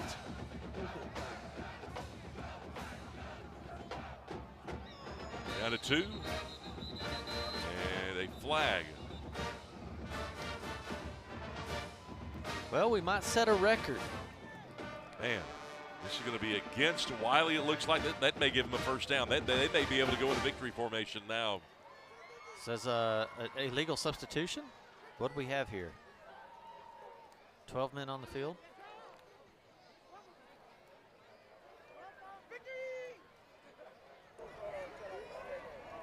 Delay a game. On the defense, number 43, disconcerting signals. 5-yard penalty, replay 4th down. Uh-oh. Now you can actually go for it right here, sneak it over, and then the game will be over. So they call him for basically trying to call signals like, hut, hut, hut, hut, or something from the defense, trying to get the offense to jump off sides. Yeah, Jimmy Carter wants an explanation here. He doesn't like it. Boy, the Lakeview defense tonight, they came ready to go. We had a 10-3 game at halftime. The only touchdown scored by... Clock operator, please set the game clock as a 10-second runoff against a... That's a costly penalty right there. But you were right. That defense has really played good against Wylie, and this time of year you have a defense that's carrying you like that. And, they had a shutout last week and basically are having a shutout for touchdowns this week. Yeah, that your defense hasn't given up a touchdown. That's right. Yeah, in 2 weeks. Yeah. That's huge. And that's going to do it. They won't have to snap it again. Lakeview Centennial has defeated Wylie tonight 20-10 here at Homer B. Johnson Stadium. And they do it by a tremendous effort on the defensive side of the football. A defense that played with an edge tonight. They were able to get the A.J. Harris interception before halftime, and that really got them going. Lakeview Centennial's got to be proud after a 5-5 season to have now hit the 4-win mark after 6 games, and they improved to 3-1 in district competition. Yeah, excellent game, a fun game tonight, and great job tonight, Scott, calling the game. Oh, you too. Great job by our TV crew and everybody else that's involved. Well, we thank everybody for hanging out with us tonight on GRS TV. For Delbert Richardson, for Bobby George, and the entire crew, the final score once again, it's Lakeview Centennial 20 and Wylie High School 10 from Homer B. Johnson Stadium in Garland. Good evening, everyone. Good night, and God bless.